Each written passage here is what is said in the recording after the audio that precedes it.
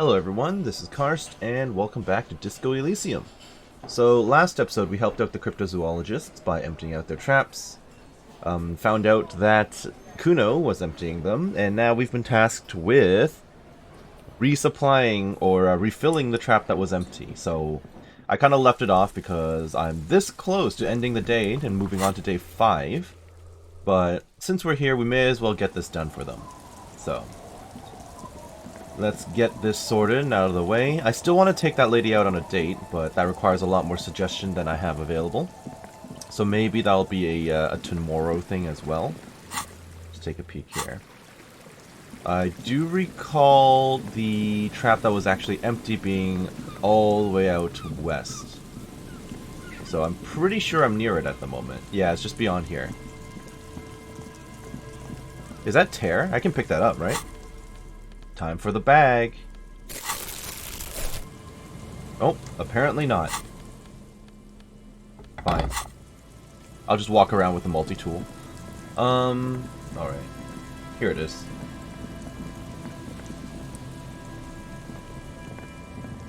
The locusts aren't doing all too well, but they're still in there. This isn't the empty trap. That must have been another one. Oh. What? I thought it was this one. Huh. I guess not. Let me just run off to find it then.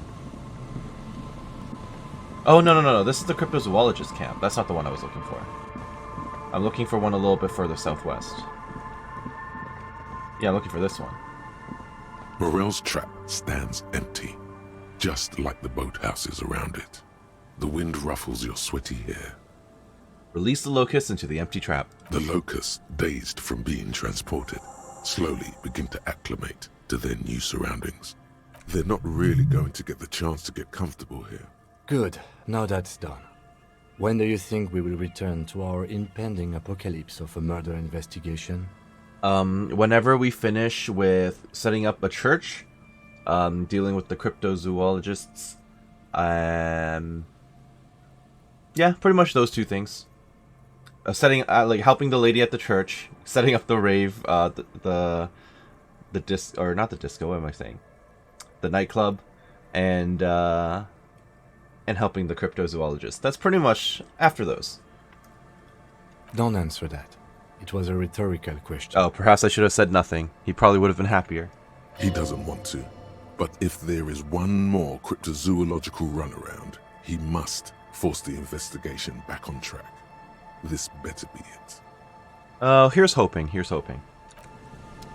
Do I have to go back and tell them this now?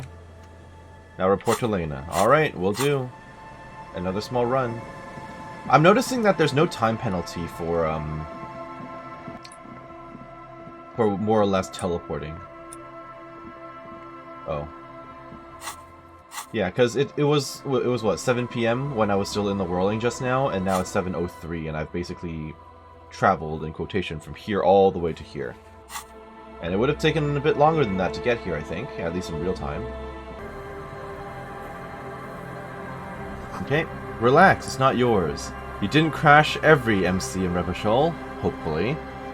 Yeah, there's some level of hope required for that.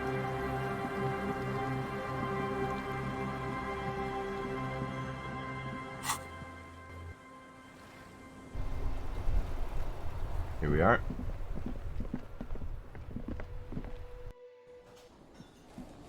Hey, Lena. Where's your husband? I guess he went to bed? Hello, dear. It's good to see a familiar face. I restocked the empty trap. Where's Morel? Thank you for doing that, dear. She manages to smile for you. Her smile is wary.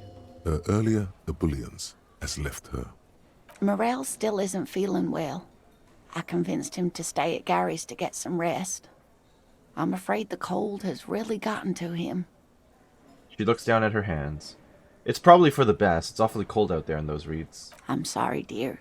You've had to drudge through them so many times. Such is field work. A young person's game, as they say. Her voice is shaky. What is going on here? So, who's going to check the traps? Morel will eventually. or we'll talk Gary into going back out, perhaps. Or I'm gonna do it. The lieutenant stares at his shoe, caked in mud. He doesn't say anything. Something tells me it's up to me again. No, you don't have to do that. Enough of this fool's errand. Morel will do it. Or Gary. You have work to do. I've wasted enough of everyone's time. He says, insisting now. Be real. Gary is not going to help with this. Once more unto the breach, then. We'll take it on with undue optimism. That really is too much, sweetie. Thank you for your dedication, but I can see you're coming down with a cough yourself. I'm good. Fuck that cough. It's not happening. The insides of your lungs are lined with tobacco, a powerful antibacterial agent. You are unstoppable. Yeah, that doesn't sound good in the long term. Very strange. Why is she not letting you do this? It's like she's given up. Lena, what's wrong? You seem different. Different? How? The half moons of her glasses reflect as... Ugh. The half moons of her glasses reflect you as she looks up at you. You're not telling me the whole story. I'm not. It's not that. She doesn't know how to end the sentence. What is it? It's a strange feeling. She looks down, biting her lower lip. I haven't really told this to anyone, but you are a police officer. That I am. And when a police officer asks, you must answer. Do you ever wonder if some lovely story from your childhood is just that? A story? Or a dream? Seeing the Insulindian phasmid was just a story I used to tell people. I didn't really think about whether it was real or not. But Morel told me you'd seen it, and you also told me you saw it. Morel's so proud of it. He always tells everyone. A terrible sting in the heart. Regret. You seem to really believe it happened. Doesn't that count for something? No, sweetie. There's more to it than that. Morel was so eager to believe my story was evidence of the phasmid's existence. She shakes her head. That I'm some queen of the cryptozoologists. That. And for years, his belief made me believe too. But now, we're both getting old, and he's still working himself sick out in those reeds looking for it. But what if I was just wrong? I think I was. She shakes her head, still unable to meet your eyes. The lieutenant opens his notebook, but doesn't write anything. Ooh, red check. Oh, because of my minus on the suggestion. That's no good. Not good. I need to get rid of the Wumpty Dumpty. But that requires a point.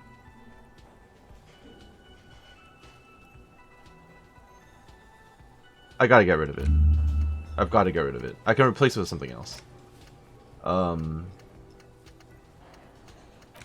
should I replace it with?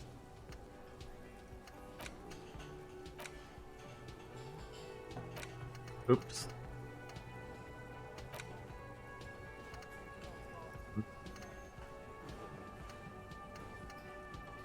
$20 hours for that.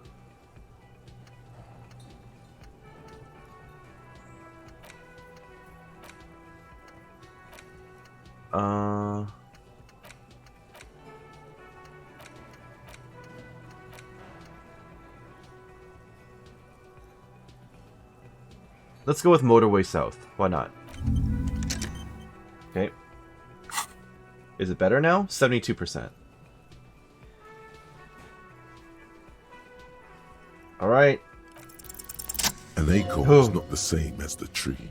That requires time, Oof. diligence, and care. That was a little stressful. Yeah, first of all, I'm going to tell her that her marriage was not a lie. That's one of the main things eating at her, I think.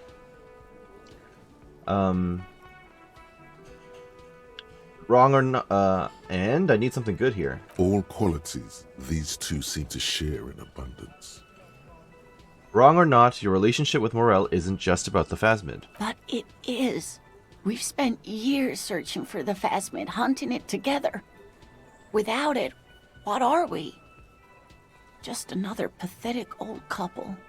If I hadn't led him down this path, he could have a steady job lecturing at a university.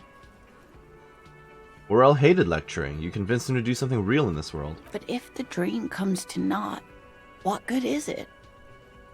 No, the thing is, She looks down at her legs. I was a paraplegic before we met. He didn't know before I arrived, on our first date. If I weren't the queen of the cryptozoologists, if I didn't tell him that story, She has to swallow to relax her throat. It's keeping her from talking. He'd still be into you. That's not how these things work. maybe. But then why do I not dare tell him? I've wasted enough of your time with this drama. I really must stop talking about it lest I start crying and waste more of your time.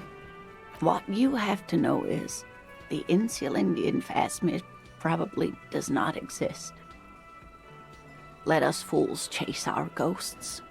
There are a million better things to do with your life. Are there? Some of the other things are pretty bad.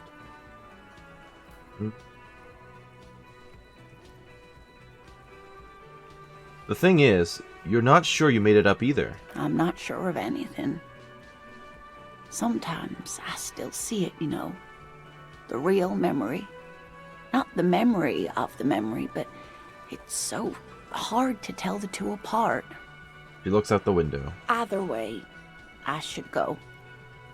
Poor Morel is running a fever, and I need to get him home to Jamrock before we overstay our welcome with Gary. Are you sure you don't need help getting to Gary's? Oh no, thank you, but I can get there on my own. This old thing is gas-powered. Oh, really? And then a taxi home. It's not so bad. She taps her chair. You do that, but I'll check the traps one more time. Really? Yes, Kim, really. Oh, sweetie. Please don't get stuck on a dream. Take it from me and Morel. She looks at you worried. Can I have your address? Just in case there's news. Okay. It's 1113 Tabernacle Road. Jamrock, but A sigh. She doesn't think you'll need it. Be careful out there, Lena. No, I should be saying this. The rest of it is pretty grim. Thanks for bringing some light. you're welcome, sweetie. I'm glad it helped you, even though it turned out to be a... The sentence remains unfinished. She flicks a switch on her chair and the engine turns on with a whir. A waste of time. A dream.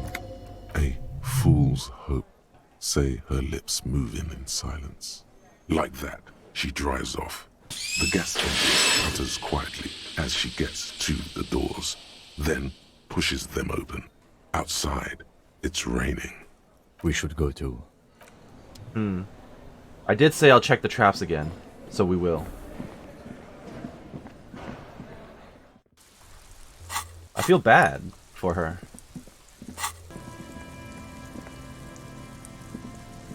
The trap is filled with dead and dying locusts. Most of them aren't moving anymore. You still can't see a phasmid anywhere.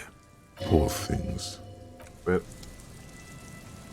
Alright, well, not sure what else there is for me to do at this time then. I can help Suna with her project, but I don't think I can do any of that until it defrosts. The dead body, can't call it until the next day. Make it harder core, but it will take a while. Don't know anything about the working firearm. I have to be patient. Okay. And the rest of this is all related to the nightclub. And then tomorrow I'm going to deal with the two things for the union. I think that's pretty much all I've got on my radar at the moment, so we'll do that. Okay, Kim, since we're here now, I'm just gonna quote-unquote go to bed. It's getting late, and it's raining. Time to call it a day. Good night, Kim. Send him away for the night. Good night, officer. We'll meet in front of the shack in the morning.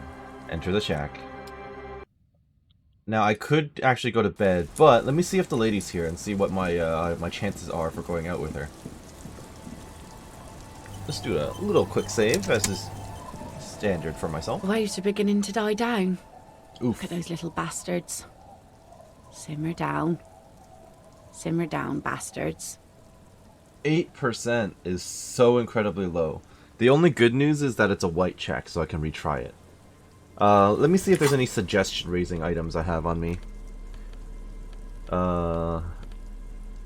Nope, that's minus suggestion. I don't want that. Could roll with that for now.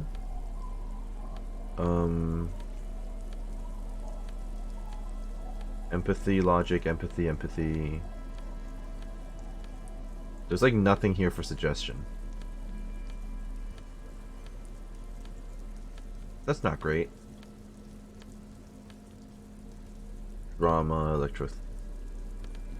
chemistry, rhetoric, shivers, inland empire. Okay, well, I really don't have much for suggestion. The waves are beginning to die down. 17%. Look at those little bastards. Simmer down. Simmer down, bastards. Sure, she needs to go on a date with another drunk. Badly. Oh yes, she does. No. You need to get your drink on. There is no other way for human beings to procreate.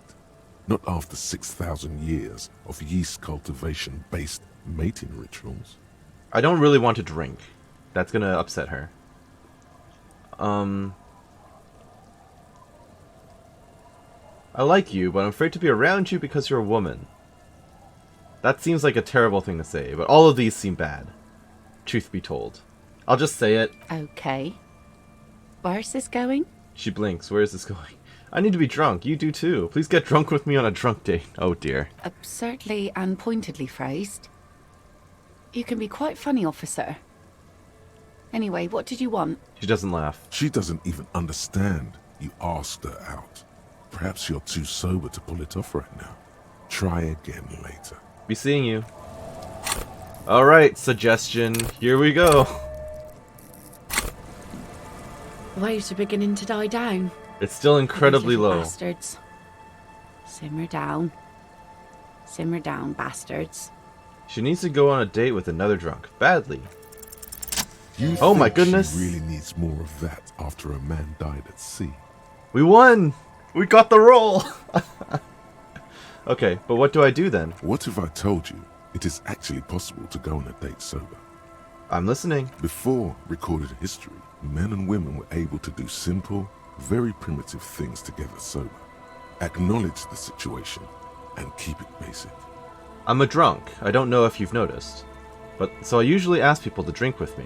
I have, and I don't really. She hesitates. This time, though, imitate a drum roll. I thought I'd ask you for a walk. Lillian, walk with me. Let's just go with 1. Just a walk? I don't know, officer. I would not have taken you for an innocent perambulator. She feigns extreme surprise. I am. That's why you should definitely agree. Where would this walk take us, officer? She's thinking, her eyes mapping your rugged features. There's a nice view on the beach I found. Point northwest. Land's End. All right. I will walk with you. But you need to understand that nothing is going to happen. We're just walking. She raises her finger. Just a good old-fashioned walk. I like it. Me too. It's been ages since I just had a normal conversation with one of you guys. She replies with sudden sincerity. She means men. Yes, I got that. All right, I'll go put the kids to bed and we'll meet at Land's End in 15 minutes. Sounds like a plan. She doesn't wait for an answer. You better get ready.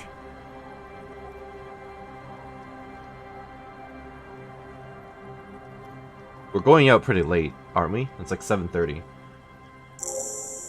Task. Meet Lillian at Land's End. Okay. That's all the way up there, right? Run! Run, you fool! You're going on a walk with a lovely lady. Do it. I don't fully remember where Land's End is, but that's fine. I think it's up here somewhere.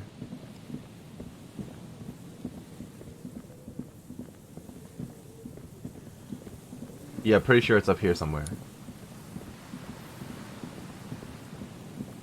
Now, I know she said 15 minutes, but...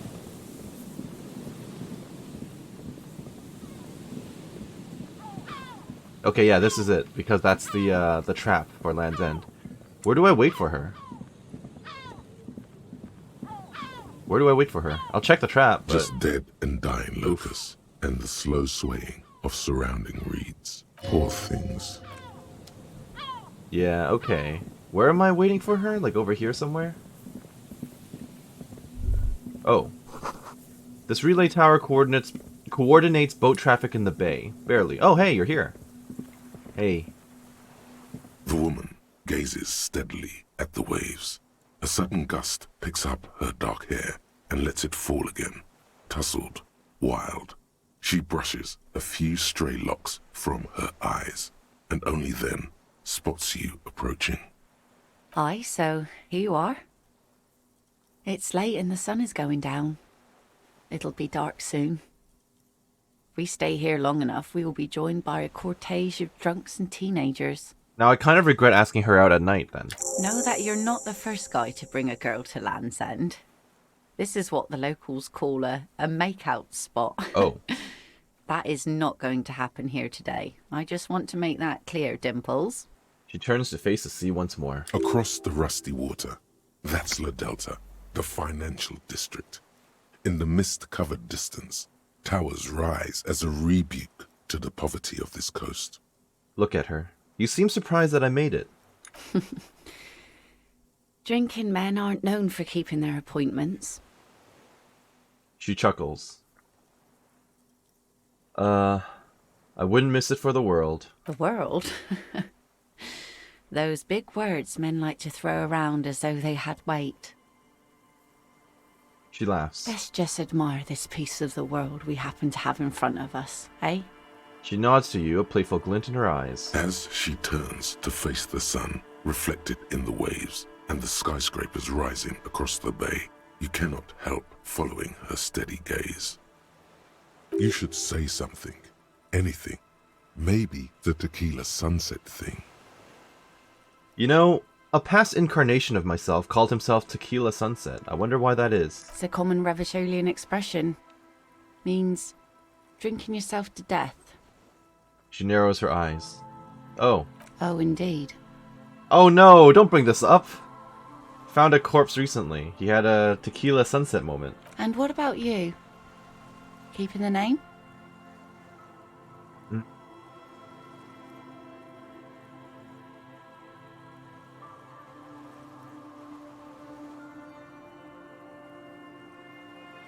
Harry's my name. I don't need any others. Well then, Harry. She smiles and turns towards the sunlit sea. The remains of the dying sun are reflected in the waves and the skyscrapers rising across the bay. Your mind clears for a moment as your senses take it all in. Not just the glass skyscrapers, fragile looking in the shimmering air. River Esperance flowing into the bay. This is good for Harry, I think. This will be good for his mental health. It'll be good for his self-confidence. Maybe they have, you know, in the future, maybe they have a chance. Isn't it strange for this all-powerful thing, the sun, to be so generous towards us? You know, the best time to go out fishing is usually towards sunset, when the water is warmer.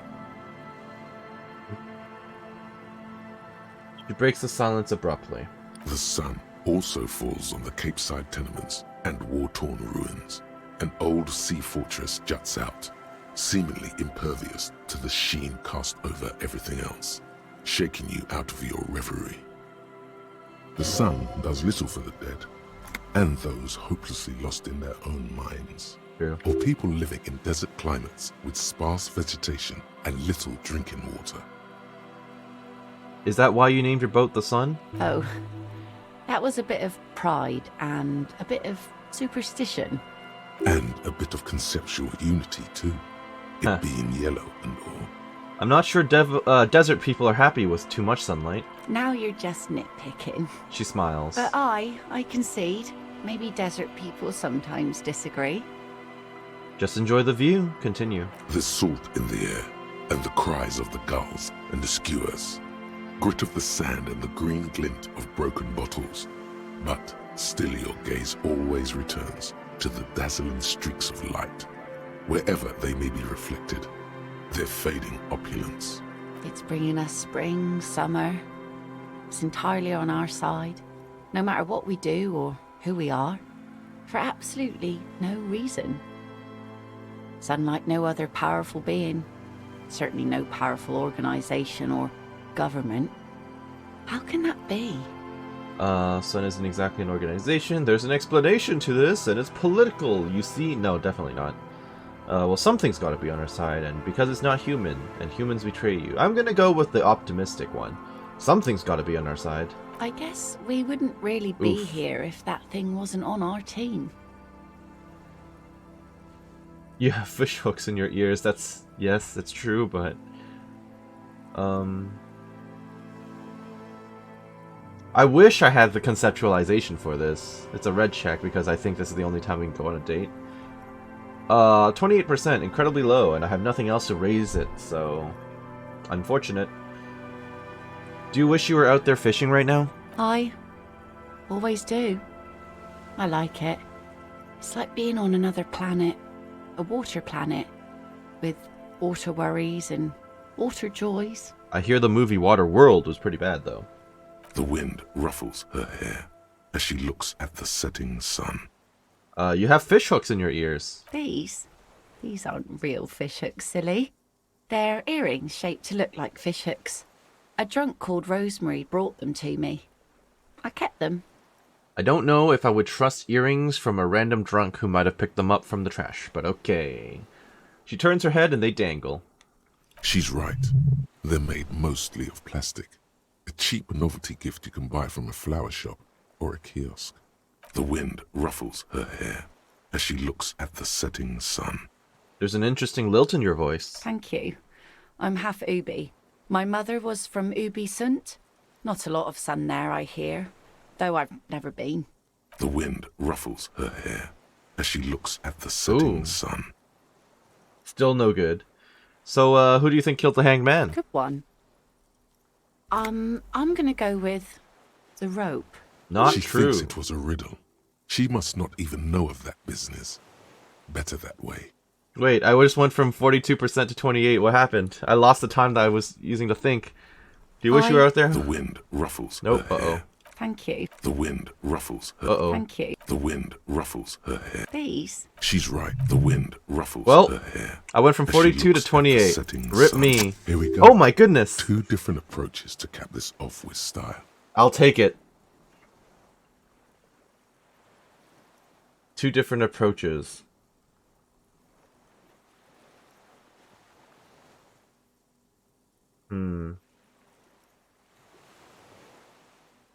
Well, I don't want to bring up enemies. I don't exactly want to call it a god either, but it is what it is. Stare into the sun. That seems bad for your eyes. Yeah, a massive thermonuclear reaction. 5 billion years old. The sun is a god. Aye. And a benevolent one. When did you last have one of those on your side? She nods.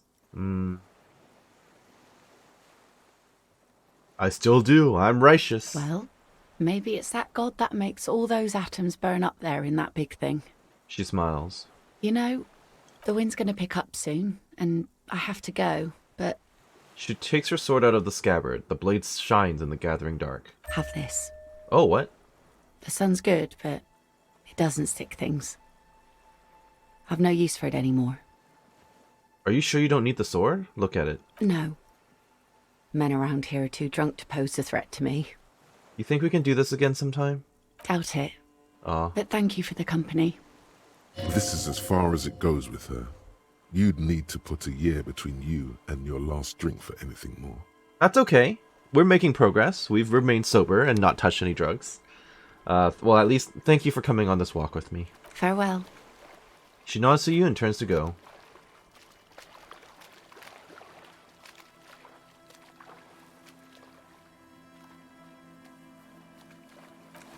Well, that was still nice. So I just got a sword. Apparently it's a tool. Equip this to impress yourself. I just have a sword.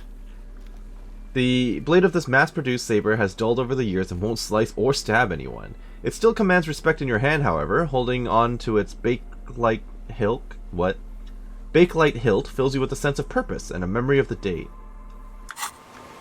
Well, let me impress myself. I look really cool with it, right? Maybe I'll talk to that older person. What was his name? Renee? Yeah. Maybe he's gonna comment on it. I should change back into my other outfit, though, I think. There we are.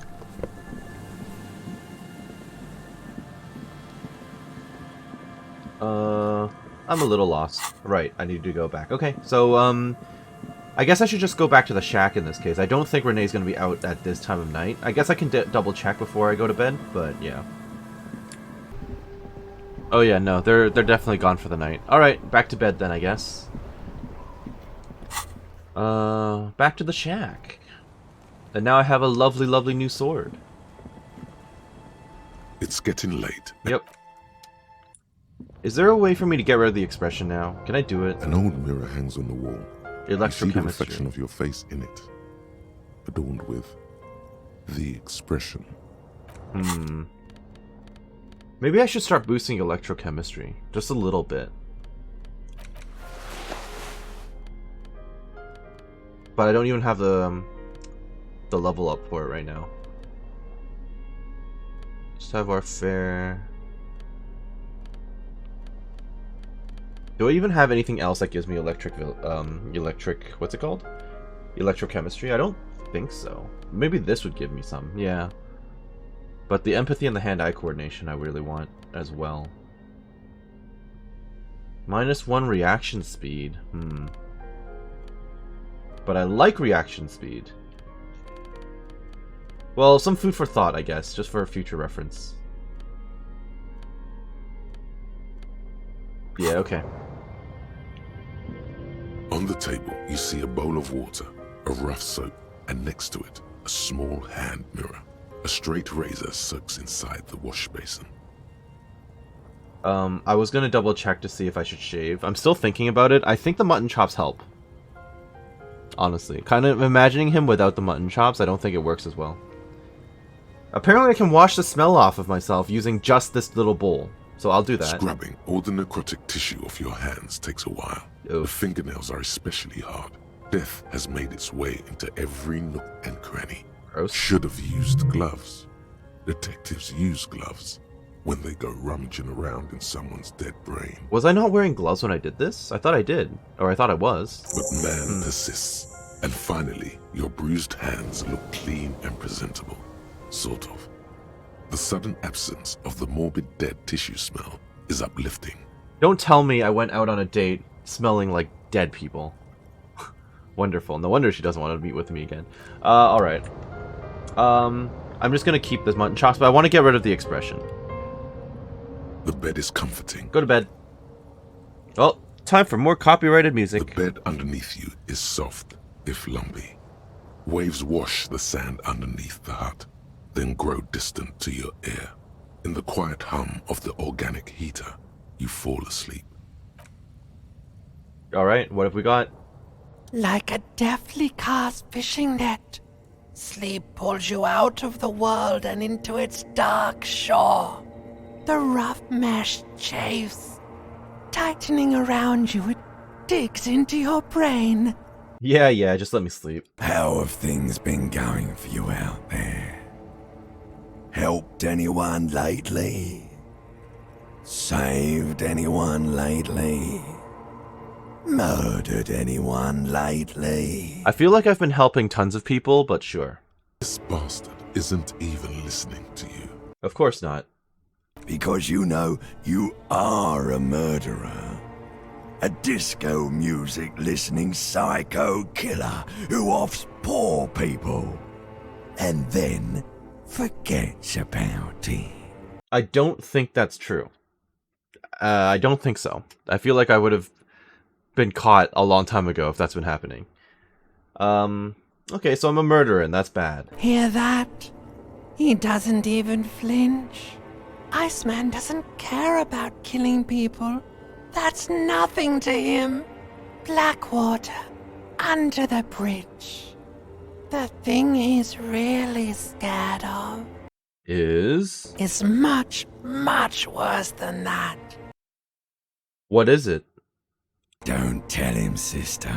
It's too bad. Oh, is the limbic system supposed to be... Oh. I didn't know that. Alright, fair enough. They're right. This is their function. To keep you from it. Why are you doing this? I just want to sleep. I can almost see the dark. We're trying to help you. All these processes, these tortures, voices and tremors are all just distractions, flares and countermeasures to keep you from the last dream. The worst of them all. The last dream? The last dream will be total annihilation.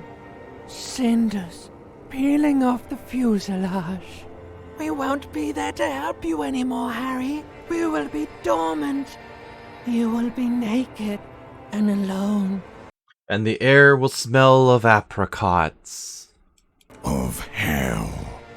An ancient sadness, brother. 10,000 years later, in front of the video rental, there is a warm breath on your face again. Everything is okay again. Everything is so okay. It doesn't sound like it'll be okay. Your eyelids flutter open for a moment. When you close them again, you sense the light of the room around you. You're back. In 2 seconds, the alarm will ring. The last thought in your head before waking is, maybe you shouldn't have seen that stained glass window in the church.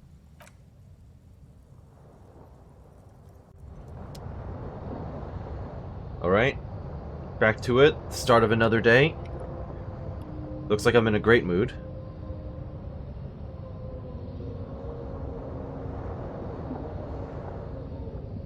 Alrighty. Hey, Kim.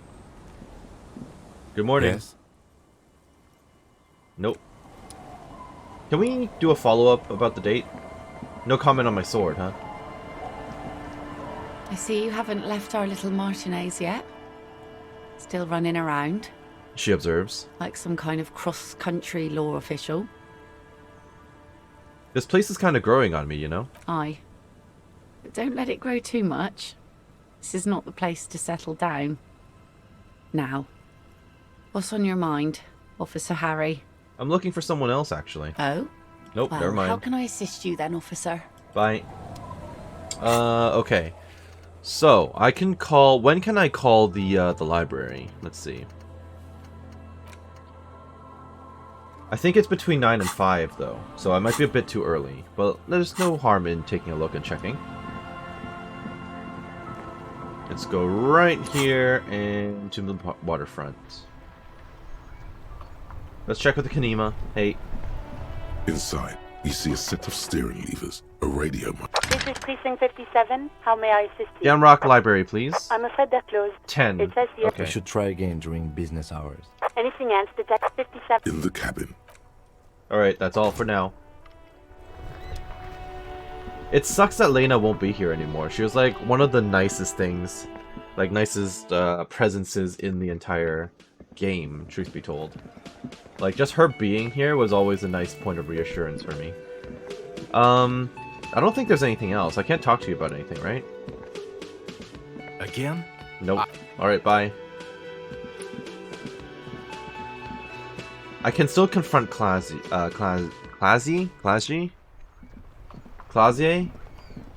but I think I'm gonna hold off. The racist. Oh, hello. Odd that you didn't catch this graffito earlier. Van Eyck Overdrive, it says. I'm gonna talk to this guy last. Let me go and talk to Everard first. Also, do you have anything to say to me? I think I remember you being a point of interest. Hola, Wandering Man. Yeah. How can I help you? Kuno told me you were supposed to know about the armor. The little boy had the good on his promise. His promise? To get me into trouble. To sick the pigs on me. Pardon the choice of words. Not mine. Okay. What happened? I was asked to look into that armor situation. Official Union probe, you know. Track it down, see who took it. Did you? At first I thought, why not? Maybe the pieces can feed the strike.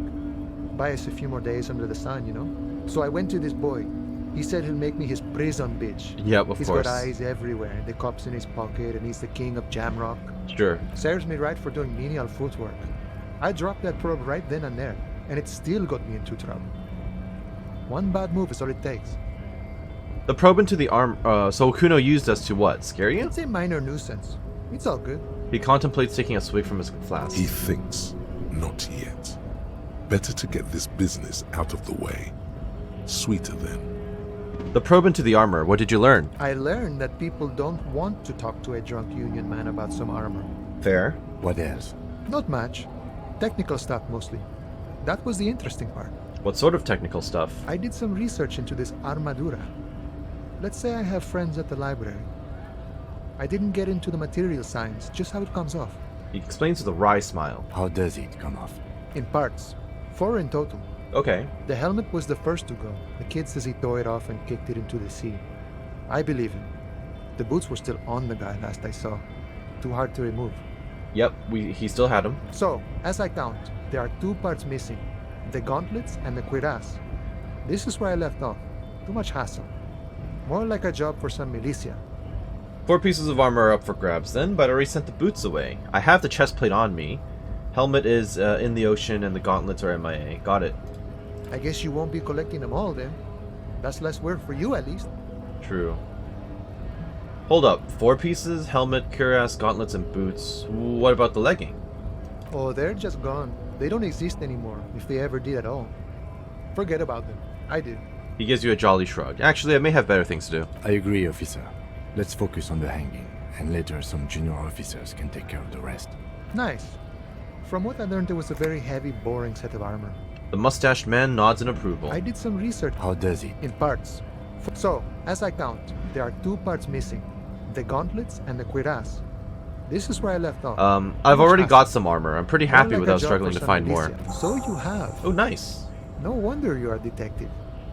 Okay. Free experience. I'll take it. Thank you for your cooperation, sir. No problem. If you see that kid, thank him from Call Me Mañana. Thank him for showing me the way. He is Sure. sincerely grateful he is not tracking down pieces of armor right now. Actually, do you know anything about the Hardy Boys? Los Ardis? They're an independent militant group. A bit too high-strung, but it comes with the responsibility. Uh-huh. They're sort of like you. Preserve the rule of law and all that. Except it's Everard's law. He takes a swig But from his really, flask. they're just like you. Is he actually comparing you, an officer of the law, to some neighborhood vigilantes? Yes. Come on. He's just trying to keep the peace. I'm just gonna let it go. The man whispers a jaunty tune. A coastal breeze ruffles his hair. That weasel I visited. Turns out he has one hell of a colonial mug collection. Yeah, the janitor who gave me the key to his apartment said the guy's a bit of an asshole. Yeah, his mug collection certainly represented antiquated social values. Like I said before, I don't know much about this weasel, but the bossman said he's a real piece of work. He touches his beret. Thanks for helping out, friend. Good talking to you. See ya. The white ceramic cuirass hugs your torso, shielding your vitals without adding much bulk to your form. Your movements cause tiny little clicks, like dice rolling somewhere far away, as the plates reorient to your motions. It is good to be an unstoppable ceramic man. Remember, this is a highly specialized kinetic redistributor meant to stop bullets. Wear it, observe its properties, see if there's a weakness in the design. For the day you have to fight someone covered in the same material. That is kind of implied to be coming. That's a thought I should consider. In that case, I'll stop thinking about you and I'll think about you instead. It really hurts to punch this armor. A sword wouldn't even leave a scratch. A bullet would bounce right off. Still, there must be some flaw in it that would allow you to stand your ground against this dangerous enemy technology. You just have to figure out what it is, possibly by beating yourself while wearing it, shooting yourself, let's see. Alright. Let's get the hell out of here. It's been a long while since I've been to Everard. Also, there's still that container that I haven't been able to open yet over here. Wait, Wasn't I going to loot something when I was coming up here? I think I remember that. It was like up against one of the windows, was it not? I think it might be on this side.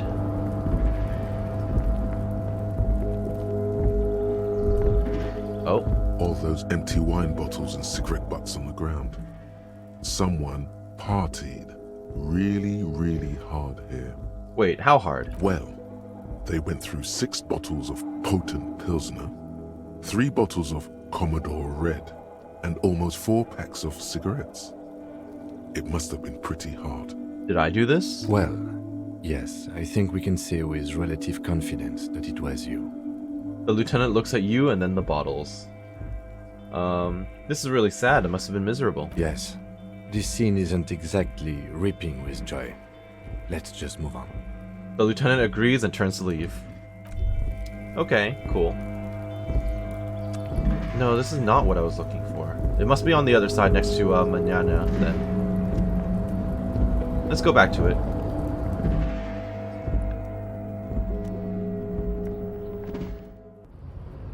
Yes, there it is. It's like a windowsill or something. It has hypogamma. Alright, good to know. Oh, what's... No! How would I get up there? What's all this, like, money and stuff? How would I get up there? I guess I can climb up from the rooftop? Okay. I might have to do that later. Yeah, I'll do that later. Might be a postcard up there, too. Okay. Let's get down there first and foremost, and then we'll worry about everything else.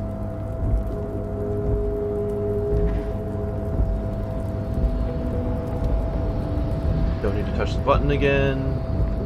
Hello. What check do I need to pass you again? You're back before Rhetoric. the cargo container. Its draw has not lessened since you were last here. If anything, it seems to have grown slightly. I've been in the world for 2 days, and I've been in this world for many days now. I need more rhetoric. What do I have for that? That's minus rhetoric. Half-light, electro... I definitely have at least something that gives rhetoric. Right? Something? Anything?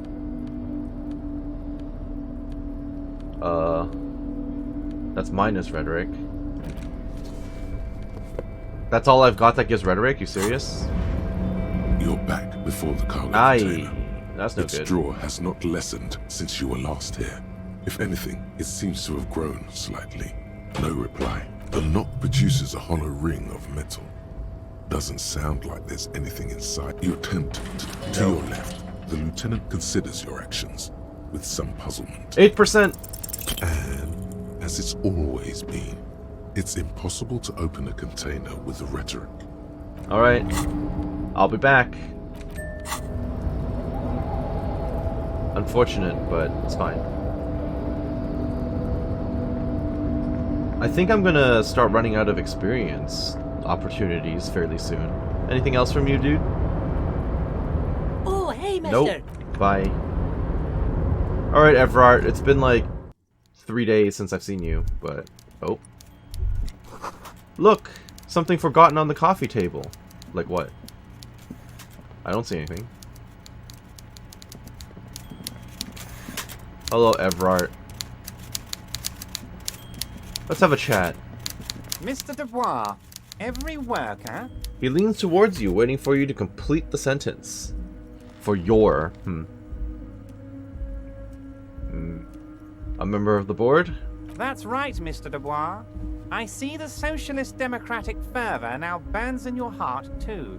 How can I help you today? He nods in approval. Yeah, there's so much here that I haven't talked to you about. It turns out the strikers were being served an alcoholic brew. I stopped this madness. I don't know what that means, Harry, but I love it. I love your initiative. Knowing you're out there keeping things running lets me focus on the big picture stuff. Don't even tell me what was going on. Free experience. Alcoholic brew? Stronger? Stopped it? Strike? I'm just gonna let you surprise me, Harry. I wanted to go over a couple of things about me. Let's hear it, Harry. Do you know anything about my family? Do I have a wife or kids, or... Family? Harry. You're not a family man. There's not one peep of family in here. Unless you think you're a family man. Do you strike yourself as a family man, Harry? I think I do. I'd be a wonderful father. Maybe this incarnation of me. Well, yes. I'm sure you're going to make one little boy or a girl very happy and proud one day, Harry. He looks around uninterested. Okay, let's talk about something else. Of course, Harry, of course. Let's not linger on personal details and amnesia. You wanted something from me? Yes, I met Joyce, the company representative. Oh, that's very nice. I haven't gotten around to her yet. I'm very, very busy, you see. He adjusts the button on his getting sleeve. Along. We are. One thing I want to make very clear, Harry, is that this is not some kind of union versus corporation situation. Everyone is just pals here. Uh-huh, just pals? We're all trying to do what's best for Martinez.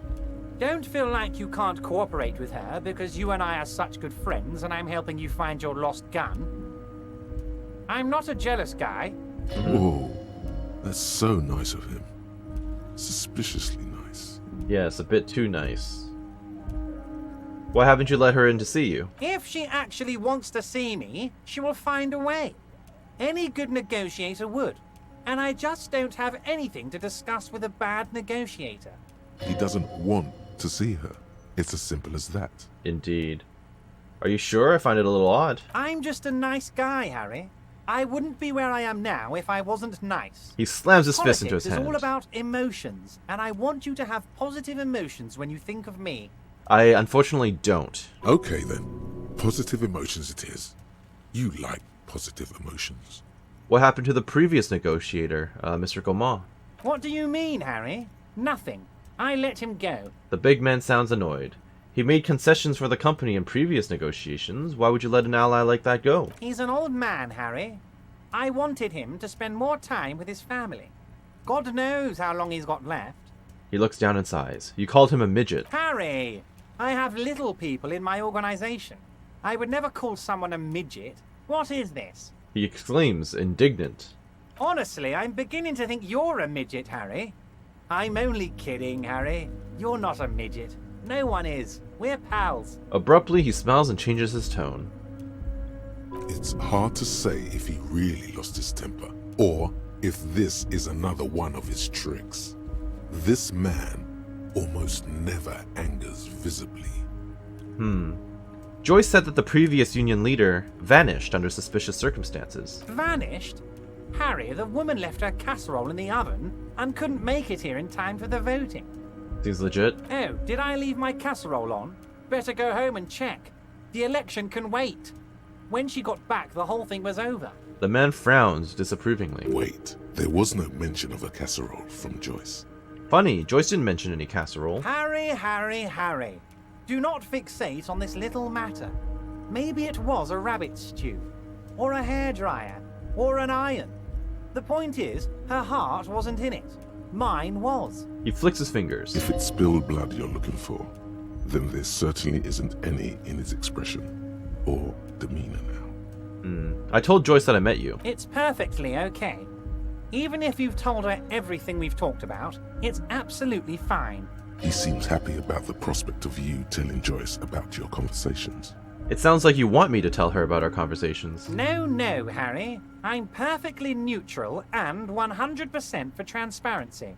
I know people say a lot of bad things about the Debardairs Union, but we are actually squeaky clean. He squeaks his chair. Yes, he really doesn't seem to mind. The lieutenant seems incredulous. Sure, he thinks.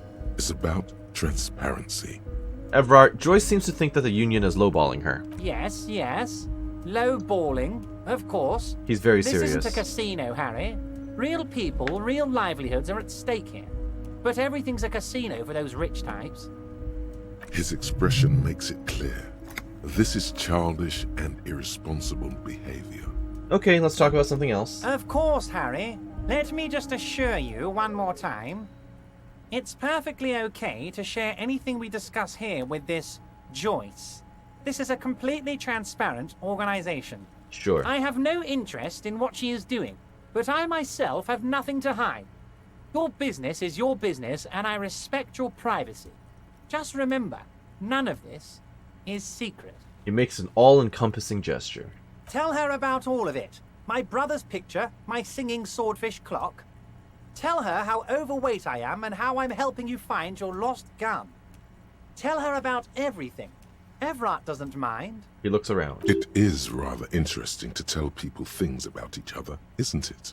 It was nice telling him about her right now. Well, I didn't exactly share any secrets that she told me. This is weird. Not nice weird, but okay. Let's go over some of the details concerning the murder. Most certainly, Harry. Nothing brightens my day like brainstorming these things with you. The big man nods merrily. There was a bullet in the hanged man's head. So they shot him? He sounds pleasantly surprised. He was shot in the head before he was hanged. How odd. I don't know what to say, Lieutenant. They told me they hanged him. A hanged man is what I saw when I took a look into that yard. The man shrugs. It's impossible to say if he's telling the truth, sire. What I do know is, the case is in safe hands. If anyone can get to the bottom of this shot and hanged man, it's my two little policemen. Godspeed, policeman. I've talked to the boys, and it turns out the hanging was a cover-up. They were helping a woman named Klaasje. Of course. He just blew smoke up my ass. I guess they're not as tough as they say they are. Or there's more to this than meets the eye. There's disappointment in his voice. You're disappointed. I'm not. He says But with the I widest of guess you need smiles. to talk to this Klaasje person now. What a job. Do you know Klaasje? Oh, the chick Titus and the boys have been hanging around all winter. She has them wrapped around her finger. They're paying her rent, bringing her stuff. Oh, really? Maybe that's connected too. I'm not some genius judge of character. What happened here is up to you to figure out, Harry. He seems excited by the possibility. Let's change the subject. By all means, Harry. What's on your mind? I've just finished investigating the local drug trade. Ah, yes. Your side investigation. Thank you. You've got some spirit clearing up phony drug accusations alongside this murder. I'll talk to the mayor and see if I can get you the key to the city, Harry. Now let's talk real business. He adjusts his glasses. Actually, Rivershell doesn't have a mayor. Of course not. He refuses to discuss it further. It's probably just a small nuisance to him. He doesn't care. Not even a speck of anger in his voice. That's that then. Alright, it's done. I mailed the signatures you asked me to mail. The Golden Boy returns once more. Wonderful. Simply wonderful, Harry. He clasps his hand together, Of course. I already knew this. like a child who's been offered cotton candy. My friend, the mailman, confirms the letter is on its way. You've done a Ooh, great nice. thing today. You've given the children of Martinez a real future, Harry, and I feel I can finally trust you now. Seems legit. You're in my inner circle. You too, Mr. Kitsuragi. We can talk about anything.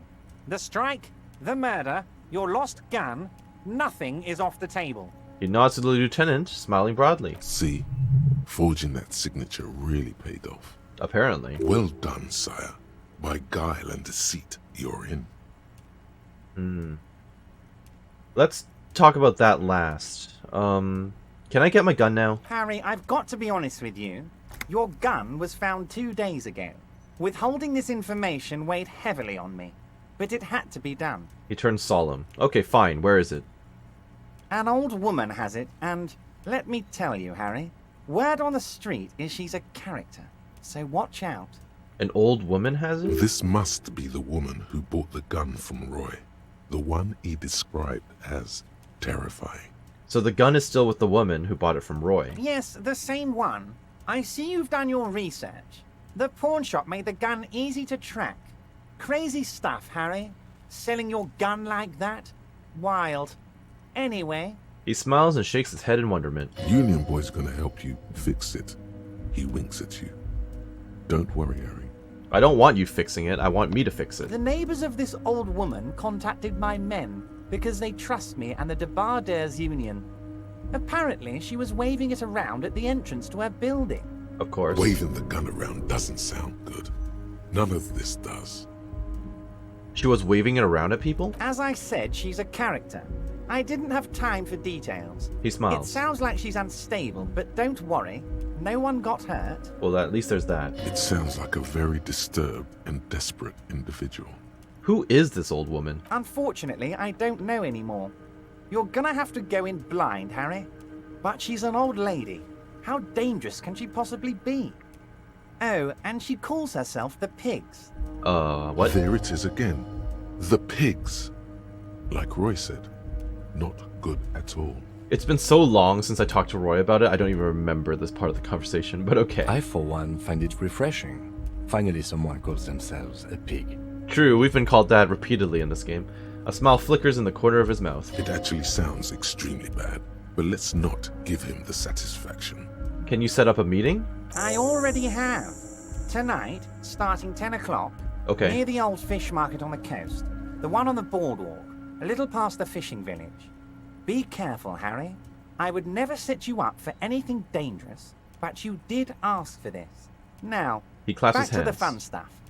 Okay, boardwalk in the the boardwalk area with the tents, I assume, and that would be at 10 o'clock. All right, She will be there from 2200 hours till 0200 hours. sounds good. It's gonna take a while before we get to that point today, I think. More fun stuff.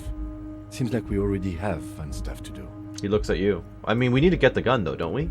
Did you order the hangman killed? Order it. You know my men didn't kill him. They told you. It was a happy accident. You know how it is. No one takes the initiative.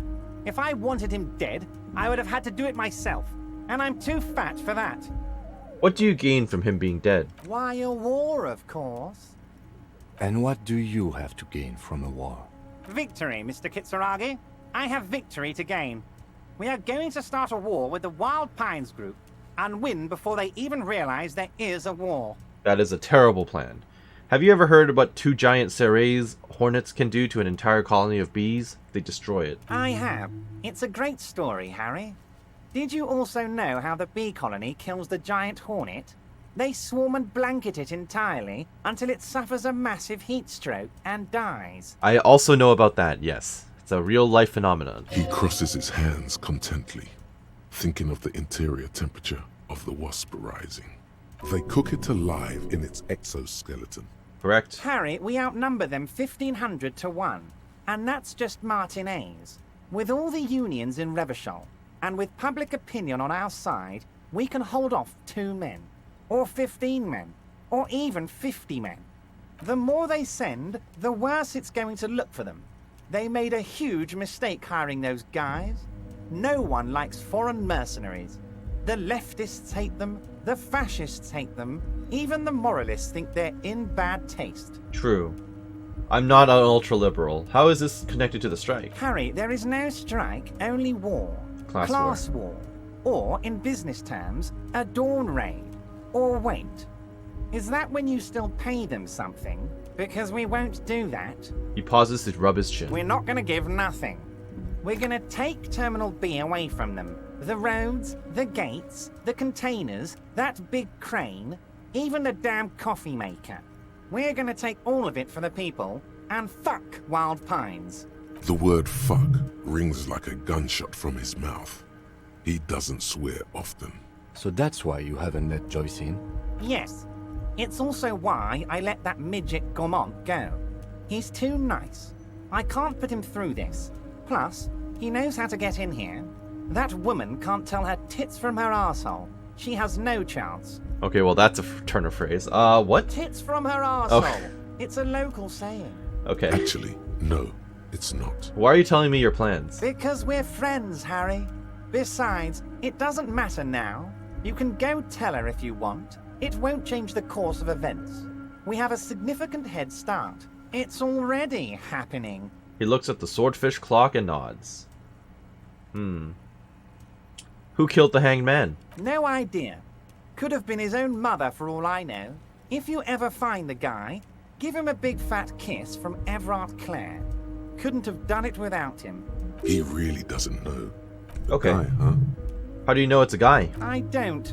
I told you it could have been his own mother. That's true. I'm pretty sure it wasn't anyone from the Union. Maybe it was the mob. Or maybe he killed himself because he was a closet socialist. Truth is, I simply don't know. He really doesn't. Okay. How many of you guys are there in the Union? 2,372. Plus yours truly, of course. He replies like a whip. 2,373 is a sizable contingent for a labor organization in Revachol. And they're all well motivated. At least the ones you've seen. How are you going to fund your new independent harbor? Oh, you mean what sort of goods are going to be flowing through? How am I going to replace all the contacts we'll lose once the poo-poo hits the fan? The clients will ditch us. Harry, we've thought of everything. Clients would take a well-known multinational conglomerate over a local mobster any day. You can't possibly hope to continue like you have. Clients will leave en masse. Sure, some will go, but mark my words. The company will be unpleasantly surprised to see how many of them stay loyal to Martinez and to the new competitive contracts we can offer. That's drugs. With renewed zeal sparked by communal ownership, the men will be shipping these containers double time. You'd be surprised to see how fast things go without parasites latching on. We'll have our hands free to pursue bold, exotic new revenue streams. And of course he means drugs. Drug trafficking. Drug trafficking? Don't be stupid, Mr. Kitsuragi. There are perfectly legal, 100% ethical chemical factories on the Samaran Isola. You don't need to be colonialist about it. All they do is produce components to keep the pharmaceutical industry running. That's people's health we're talking about. Old grannies, little babes, people with disabilities. That's just the top of the iceberg though, isn't it? The company thinks transporting these chemicals in bulk looks bad, has bad optics, may be illegal in some countries. The Debarders Union, however, we're all about the large volume column. You want to push drugs, that's terrible. We're gonna transport the living daylights out of those materials, Harry. So your sick kid can get his Benefed, and your wacky uncle doesn't have to come off risperidone. You mean like Nosafed? Benefed is a children's never cold mind. medicine, usually apricot flavored, and risperidone is used to treat severe psychosis. Okay. And the kids on the street can get speed and pyrrolidone. Yep. I'm an old-fashioned guy, Mr. Kitsuragi. I sometimes grab a beer with the boys, but I have no idea about the things you just mentioned. He smiles. But if I were to supply ingredients for some sort of rainbow party, I would make sure the Union took a fantastic share. And I'd keep that stuff far away from Martinez. He's basically admitting to it. Drugs are a no-go for me, I'll report this. That might get me killed. He's still very powerful, all things considered. I'm just gonna say it. Yes, of course. And while you're doing that, please go ahead and also tell the Wild Pines. He snickers. I want to hear them squeal from the indignity. Nothing in his features betrays any concern. Anyway, let's not focus on the sensationalism of the drug trade. This hypothetical drug trade is all anyone ever seems to be interested in. It would only be a small part of the harbor's turnover, just like the harbor is, but a small part of Martinez. It would still be illegal. Let's look at the big picture. Martinez as a whole. There are little girls out there with dreams of making music. Young mothers who want to start businesses. Models who want to walk catwalks and steel welders who want to weld steel. I'm going to unite them all into one economic body. We're going to incorporate this place to Kingdom Come. Everyone's going to be in on the wealth. And everyone's gonna pull their weight. Let's keep focusing on the drug trade. He was almost admitting to it. Indeed.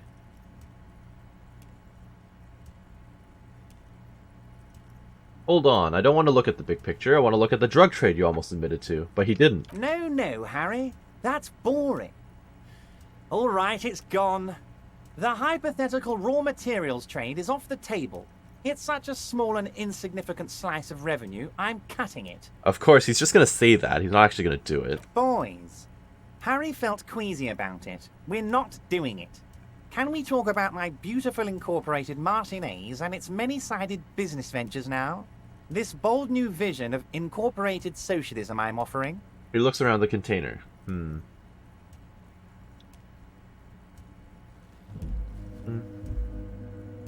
I don't want to judge or express opinion on the other stuff. That's going to be a moralistic approach. I'm going to get a bonus for morale for it. Harry, the length you're willing to go to keep your nose clean is remarkable. You will always have a warm bed in Mr. Clare's household, my friend, and a special place in the future of Martinez. He stares at you lovingly. Can I ask you about specific union members? We're way past specific union members now. This is the big time. His eyes are shining. We're talking about the future of Revachol here, Harry. You can bother Leonard with that. He loves to run his mouth on such matters. But I'm in big-time mode, Harry. He points to the door. I think you're perpetually in big-time mode, truth be told. There's something different about him now. He's more vibrant, more alive in his big-time mode. So the signatures I got, I know you plan to force them out with the construction noise. Harry, by now you should know I would never do anything tricky like that. However, if the construction noise and limited street access makes some people consider moving... He shakes his head. Well, let's just say there'll be freshly renovated buildings near the roundabout where those poor people can finally enjoy a significant uptick in quality of life. I'm talking real affordable workers' palaces. Uh-huh. He proudly spreads his hands to demonstrate the size of the palaces. They're very large. So the village is doomed. The lieutenant says grimly. You were there. You saw the place. A wasteland. There's nothing left. But mark my words, officers. We are going to reset it. He slams his fist on the table, causing some of the coffee to spill. His slams his fist, Reset. Okay. I have big plans for Martinez, and they do not include humans living in those pig sheds on the coast. That land will be used for municipal buildings and commerce. What do you mean? Harry, imagine a youth centre supermarket church complex, employing hundreds, no, thousands of people. The coast will be lit up with enterprise and life. All those ruins out there turned into low-income housing. Uh-huh. Harry, enough is enough. We're taking this district back. The war was 50 years ago, for God's sake. It's time to move on. Youth supermarket church complex. Do you really expect me to believe that? Yes, I do. I got the centre, I got room for a retail complex, and in 4 years, I'll get the church too. The wheels are already turning, Harry. The wheels of progress. This post-war limbo, I won't stand for it. There are kids practically playing with their own feces out there. It cannot go on. There is true indignation in his voice when he speaks about the state of things, and even a touch of pain. The pain is true. He's seen kids do worse than that. And then there will be a giant statue of him towering above it all. Wait, but will you erect a statue to yourself? I'm not a symbolist, Harry. I'm a realist. My statue will be Martinez rebuilt. 5-story building complexes, kids off speed, and landowners in a zone hating me. That will be my statue. And yours. We're doing this together. See, here's the fun part, right? Like, some of his ideas, like, if they're truly motivated for the good of the people, I get it, right? Fine. That's good. But I don't trust this guy at all. I know he's pushing an angle, and he's looking to get drugs on the streets, more or less. So, there's positives and negatives. And then, of course, there's also the fact that just because he says he's going to build that type of complex doesn't mean he's actually going to do it. It could be something else. It could be another front for his drug trade, right? You would look nice as a statue. I knew you were up to something. Damn right I'm up to something, Harry. I'm gonna make the working man as rich as Joyce Messier. That's my job. Just like yours is to keep the peace. A true flash of anger in him as he thinks of her. That's it for now. Great, Harry, great. I think we have truly built a bridge between Martinez and Jamrock today. We have united the RCM and the Debarders Union. Suddenly, there's sadness in his tone. This has been so great. I'm sorry we don't have more fun things to do together, but if you ever feel like bouncing something off me, my door is always open. He points to you, then himself. A few more questions about the harbor. I'm always happy. Never mind. Very nice, Harry. Is there anything else? Alright, bye. That's not a fishing rod, is it? It's what? A cattle prod? What are you talking about? What's that supposed to mean? Is there no way to question it? What was that observation? Huh. Well, nothing else, I guess. Well, that was fascinating. Maybe you can share with me some information? Oh, hey, mister. I'm not gonna bother you with a long greeting. Leo, you seem to know everyone around here. I want to ask about someone. Mr. Everett doesn't really want me to talk to people about union guys. But who did you want to talk about? Tell me about this Edgar guy you keep mentioning. Mr. Edgar is Mr. Everett's brother. He looks a bit younger, he does. But a very smart fellow. Very smart fellow indeed. He's away on some union business. Not even in Revershaw, they say. I'm not going to interrupt him. All kinds of places he visits. Him and his brother both do when they're on a vacation. Right now, it's Mr. Everett's turn to look after the Union. But last year he spent a whole winter in South Africa. He chuckles. Left with the first autumn rains and didn't come back before the trees were green again. He chuckles again. South Safra. A lot of bulk chemical manufacturing going on there. A lot of cargo shipments being made, too. Mm-hmm. The trade must have been lucrative for the trip to be so long. Tell me about Manana. He's a Union man through and through. Good guy. He's very calm, laid back, doesn't do much, talks to Everett sometimes. He falls silent, hesitating. Honestly, I don't know what he does for us, but it must be important because everybody likes him. Yes, they do. I think that's what he does. He makes everyone feel a little better. Oil for the wheels. Much needed in stressful times like these. Tell me about Measurehead. Whoa, he's really something. Starts laughing. He doesn't talk much to me usually, but when he does, I don't really understand most of what he's saying. Actually, I don't think he would like me running my mouth about him like that. He falls silent. Once he said he's a dragon to this mob fellow who came picking a fight with some Union men. I think he really believes Jean-Luc was a dragon because he ran right off. Another time he almost killed another guy, but I shouldn't talk about that. Probably not. That's precisely what he is. Everard's dragon.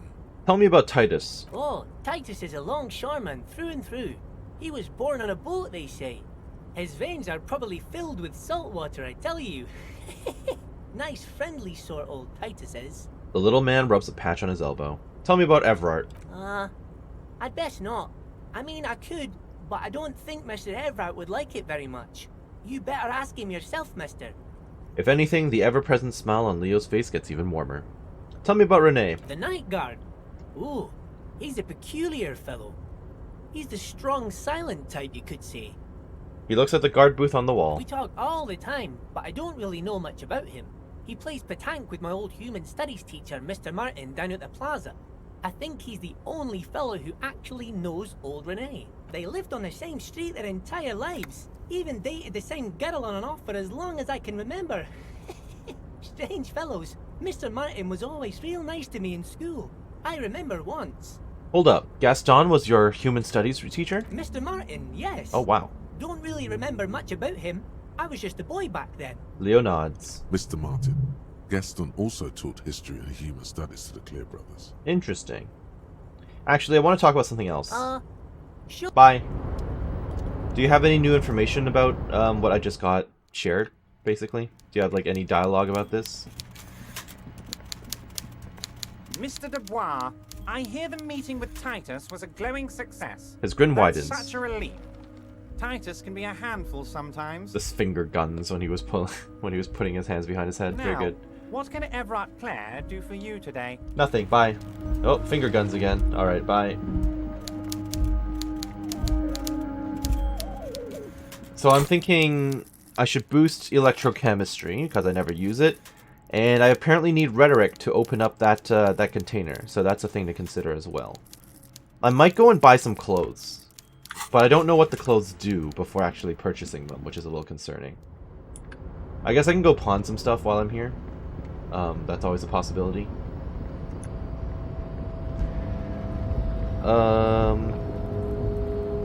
So now I'm thinking talk to Renee, get on the rooftop, and then I'll figure out... I just need to get to 10 a.m. basically before I can call about the investigation to the other dead body. And then I'll worry about the other stuff after that.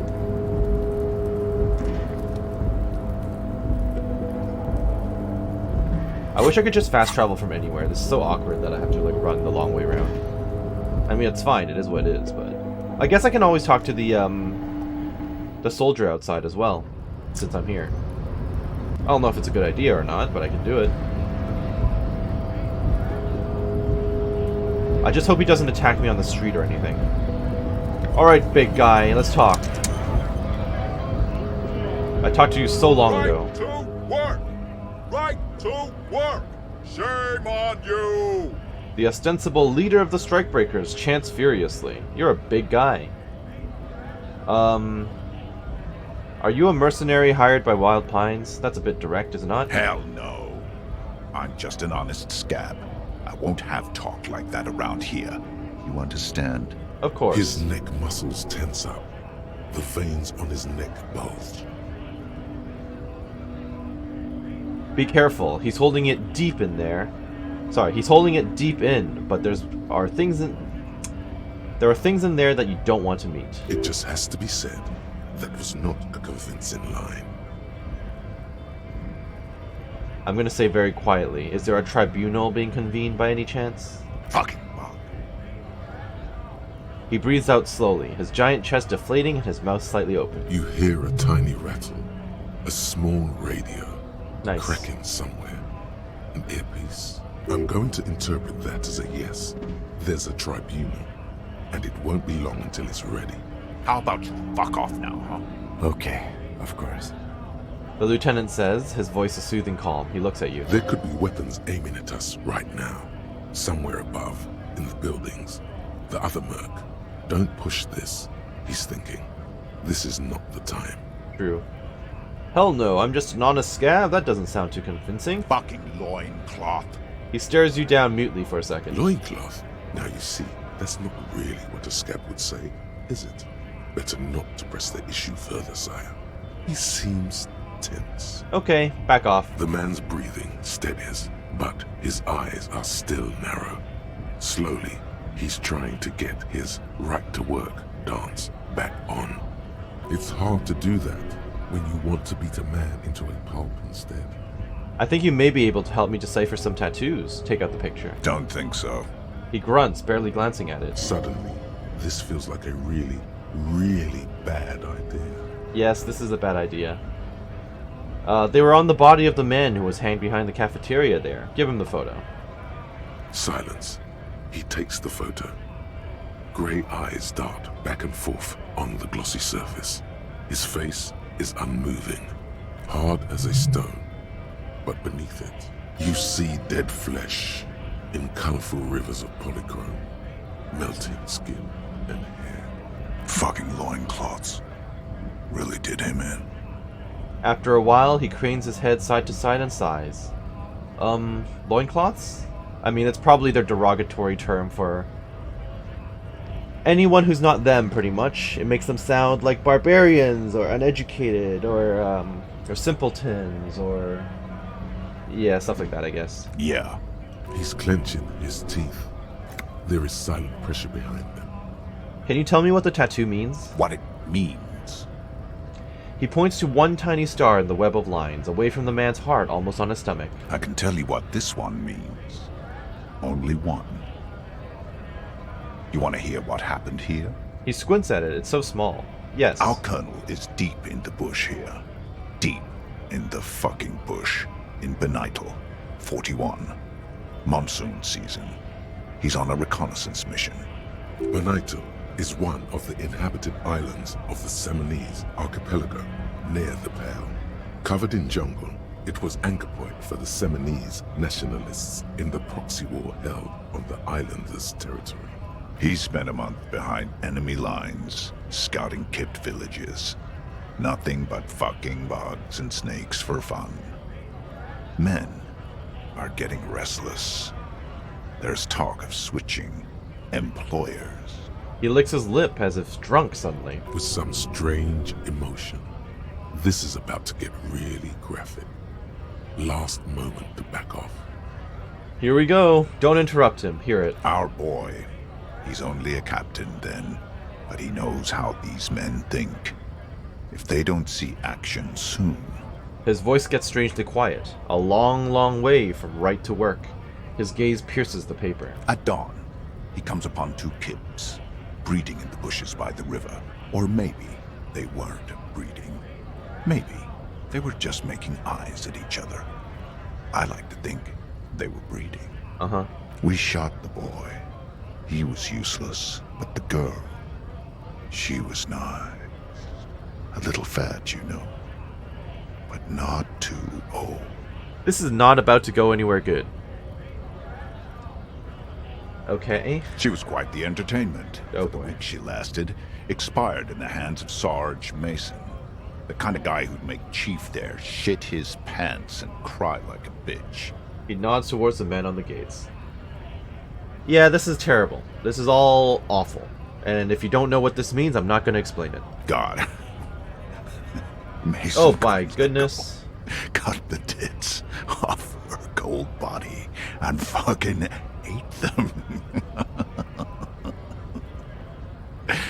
Said primitive spirits were watching over him now. Drowned in a creek a week later. Spirits my ass. Something stirs in your stomach. There's a word on the tip of your tongue. Colorless, odorless. It's evil. You bet it was. You were there? No. I was in the domain. In Jamrock. Being a bouncer. You're not really a scab leader, are you? Well, obviously not. Fucking mask is getting sweaty. I want to take my mask off. But... He shrugs. He's under orders. And orders are orders. What is evil? It's just... nature. This guy, he used to say evil is when nature and spirit meet in the wrong place. Can I have it back? Go ahead. All right now. Free commerce! Keep the goods flowing! He turns towards the gate slowly and yells. On the photo in your hands, the dead man's skin is studded with stars. Tens, hundreds of them, littering his dead skin. We were promised work. The physically... Alright, time to go. That was not a fun conversation. Not at all. Do I have any tear to sell? The tear machine stands in the corner. A sign says... Nope. Oh, that was unpleasant. Okay. I don't really know what to say to that. Let's go talk to Kuno about Mañana, and then I can go up to the, I guess I have to go around? No, I can come up through here. I'll be able to go up through here, pick up the stuff, maybe talk to Klaasje. I've got things to do. Fuck does Kuno care? I talked to Mañana about the armor. So? He raises his eyebrows, projecting aggressive indifference. You should thank him. Nothing. The tip really paid off. Good job, Kuno. What? Don't be playing Kuno off as a snitch bitch. The oldest trick in the book, people. He quickly looks around. Are you snitching, Kuno? This is some ancient bullshit, people. Kuno would rather take 10 than snitch. Pigs full of shit. Get the fuck out of here. He addresses the surrounding windows. You found a real nice button to push. Turned the tables on him. Good. Bye. Kuno doesn't fucking care. Alright, see you later. So up here, up the hatch, and then up there, I think. Are the locusts still in here? No, I guess not. Actually, they still are. I can hear them. It's gross. Alright. Up on the rooftop.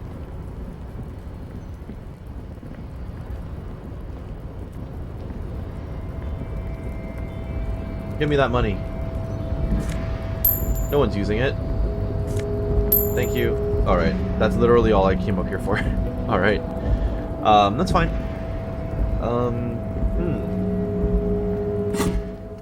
Confront the pigs and get your gun back. I have to do that tonight. That's fine. I still... where is it? Find the murder weapon. Still waiting for that. All of these are related to the, what's it called? The nightclub. Explore the murder. Yeah, so that's pretty much all I've got right now. That's fine. How do I exit this area again? Right. Get me out of here.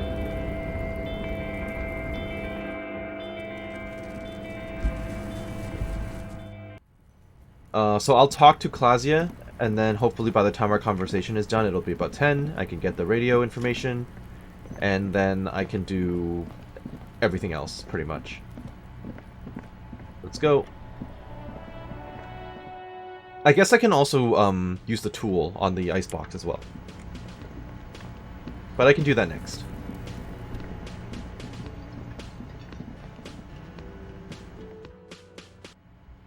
Klaasje, I would like to chat.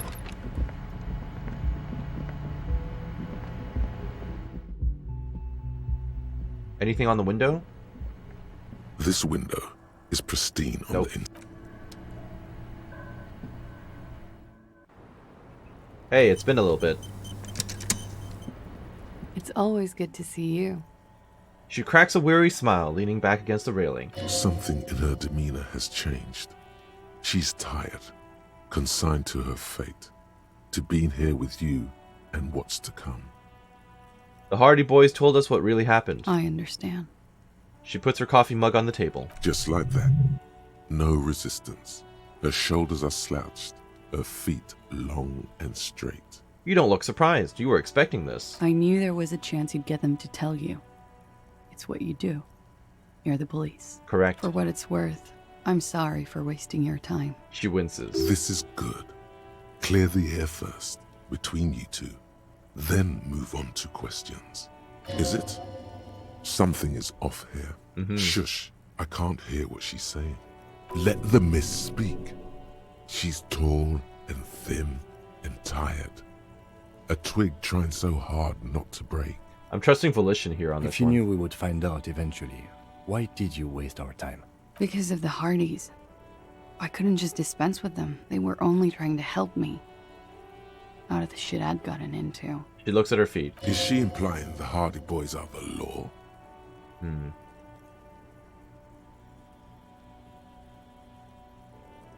The Hardy Boys are not the law. We are. I know that. But the people around here, they don't see it that way. And if I am to stay here, I need to get along with them. That's not a good enough reason. You're right. There's more. Please elaborate. You answer to the coalition government, and by extension, the moral intern.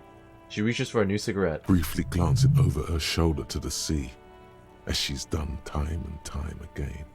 A grand expanse of water reaches over the bay and to the horizon. Grey and pale violet in the morning light. What lies beyond it? The pale, the Muindi Isola, the Occident, and then Aranye, the old world. Is that why you're looking over your shoulder? You're afraid of the moral intern? You share a database with them. You send people to their courts. True. She lights a cigarette.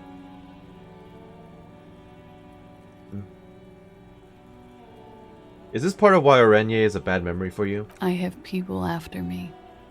And they have friends in the moral intern. Some are moral intern. If I show up in your records, officer, they will find me. They will. She nods. What happens if they do? They will kill me, sir. If you file my name, take me in for questioning, enter me into the moral intern mill, well, then I'm fucked. For nothing. This murder didn't have anything to do with me. There's a wince and a pained little smile. Actually, this murder did have a little to do with her. Yeah, there's a fight, quite a bit. So what happened then that got you on the wanted list? You can't just tell us you're wanted and then not give us a reason for it. Because if you're wanted, there's probably a good reason for it. The moral intern are, as far as I can tell, seem fairly reasonable. So whatever you did is probably pretty bad. What did you do to have these people after you, exactly? It's not nice, but it's not illegal. Not here in Ravishol. Or even in Oranje. Please elaborate. What exactly did you do? Correct. Industrial espionage. I joined a business collective with the intention of betraying them. I did my job well enough to be asked to do it again. With a bigger company. The kind you really, really don't fuck with. I took their ledgers, 2 decades worth of accounting. I need the names of the companies involved and who hired you. He taps on his notebook. The job was Lusduin County Savings Bank. They sound small, but they're part of the Lou Scott conglomerate. That was the second job. The first was some printer company. You wouldn't know them. But she really destroyed them. She still feels it. As to who hired me for the job, I don't know. But they're after me too. Along with Lou Scott and their friends in the MI. Once you're done in the competitive intelligence circuit, you don't have allies. You're radioactive. Lowe's cap. These people engineer financial disasters in second world countries. The conglomerate also includes the Bank of Consecration, Airberg, and the popular Papalolo line of dairy products. Papa Lolo? Yeah. Papa fucking Lolo wants to kill me. That's a lot of shit you've gotten yourself into. It is. Many people lost their jobs. Not just C-suite. Ordinary people. What I did to get to accounting... She shakes her head at the thought. A lot of people got hurt. But that's just more of my shit you shouldn't have to deal with. You're solving a murder. That can wait. Look into her eyes. There's more. What did you do? One of them killed themselves because of me. He looks down, then into your eyes. That's... Shake my head. Not easy to deal with. How do you deal with anything? It's all just... How do you do it? She looks at you with pleading eyes. I don't either. There you have it. The way of the warrior. So what happened here the night he died? We were there. Together. In bed, I mean. She points to the window. The silhouette of the bed is visible. Tell me exactly what happened. Okay. He was in a kneeling position. He had just entered me. I was on my back, looking at him. I heard the window behind me shatter, and I turned to look. There was a hole in the glass. Okay. I turned back to him. His eyes were looking through me, and his mouth was open. Dumb. I could see. I could.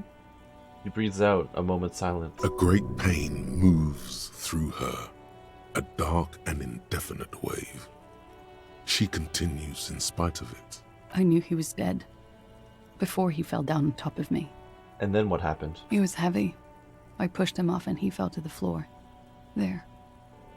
He only had his boots on. I bit the pillow, not to scream, then ran downstairs. She points through the window. There's a long pause. She just stands there, her arms at her sides. I waited for the second shot to come. For me. I thought there would be one. It never came. She's forgotten about her cigarette. The butt has burned right down to her fingernails. Your cigarette, miss. Oh. She looks at it and quickly tosses the butt aside. I'm sorry this happened to you. So am I.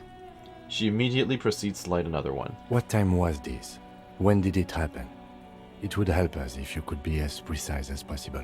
11:30 to 12:15. I don't know the exact time. Around midnight. It's okay. Were you inebriated? He makes a note. Not as much as usual. He'd done a line, plus other things. I was drinking. Wait. Titus said she was gurning her jaw off, much more than usual. Titus said you looked pretty high. Oh, yeah. I did one of his lines, just to clear my head. She tilts her head. Why didn't you mention this? Good thinking. Clear your head. You should clear your head. Get into his mindset. Ass. Did you hear or see the shooter in the course of this? No. What did you do then? Nothing. I was trapped. I was stuck in my room downstairs. I got some clothes on and crawled back up, drew the blinds. Blood was coming from his mouth. Not a lot. Just a little. He was still on the floor, slouched. I couldn't be there with him anymore. So I ran down and out of my room, into the hallway, down the stairs. I knew there would be people there. Run, woman. Run past them and out into the streets where it's dark and people move.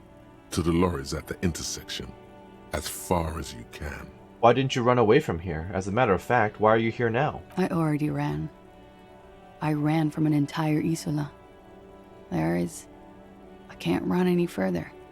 Not with these people. This is as far as it gets. What happened after you ran downstairs? Sylvie was tending the bar. A lot of people were there. The Hardys were at the table in front of the stage. I think the Union box was full. She looks down. Ruby was there too. They were having such a good time. I sat down and they all welcomed me. I didn't even have to say anything. Ruby knew something was wrong. Who's Ruby? Ruby? Yeah. Before we continue, who's Ruby? Ruby. You know, the leader. The leader of what? The leader? Of what? The Hardy Boys. What? She says this as if it's self-evident. I thought Hardy was the leader of the Hardy Boys. Well, nominally, yes. Ruby's the one they go to when things happen, like things they need taken care of. She's the organizer. I think this is substantial information that we definitely need to write down. Kim, quickly, take all the notes. This Ruby, in her phrasing, is entrusted with great power. She trusts her. So do the others. Would you say she is the 8th Hardy Boy? He looks at you. Why not? Okay, let's go on. What then? Well, Ruby said let's talk upstairs. I showed her the room. I've known these people since December. They know my situation, that I can't leave a paper trail. Ruby was the first one I told. She said she'd take care of this. It's what she does, you know, take care of things. I helped her get the body to the bathroom. We used a belt to pull him up under the shower, to keep him upright. To mislead you, they were tampering with the body. Correct. To produce lividity, matching a hanging? Yes. We completely missed the tampering. Looks like you got there in time. What was this, 20 minutes after death? Oops. Oops. About 20, yes. Ruby explained it would make the blood... You know what he does. Pool, yes. Pull in the lower extremities. She looks at the ground, then raises her light brown eyes to meet yours. Then what did you do? Ruby went outside to talk to Titus and the boys. I was just looking at Lely in the bathroom. I had to put his clothes back on. His armor, too. It was tough, but I've seen him take it off and put it on many times. It took Ruby maybe half an hour to come back with Titus. I'd gotten him ready by then. They carried him out. I knew what they were going to do. Make it look like a hanging. Ruby said they would. And what did you do while they were hanging him? Ruby said to wait here. She also said I wouldn't see her for a while. That we should lay low or something. So I did. This Ruby. Where is this Ruby now? I don't know. I haven't seen her since. Make Titus give her up. We will need to take this question to the Hardy Boys. Indeed. Interesting. Why did this Ruby go through so much trouble to hide something someone else did? Look into this later.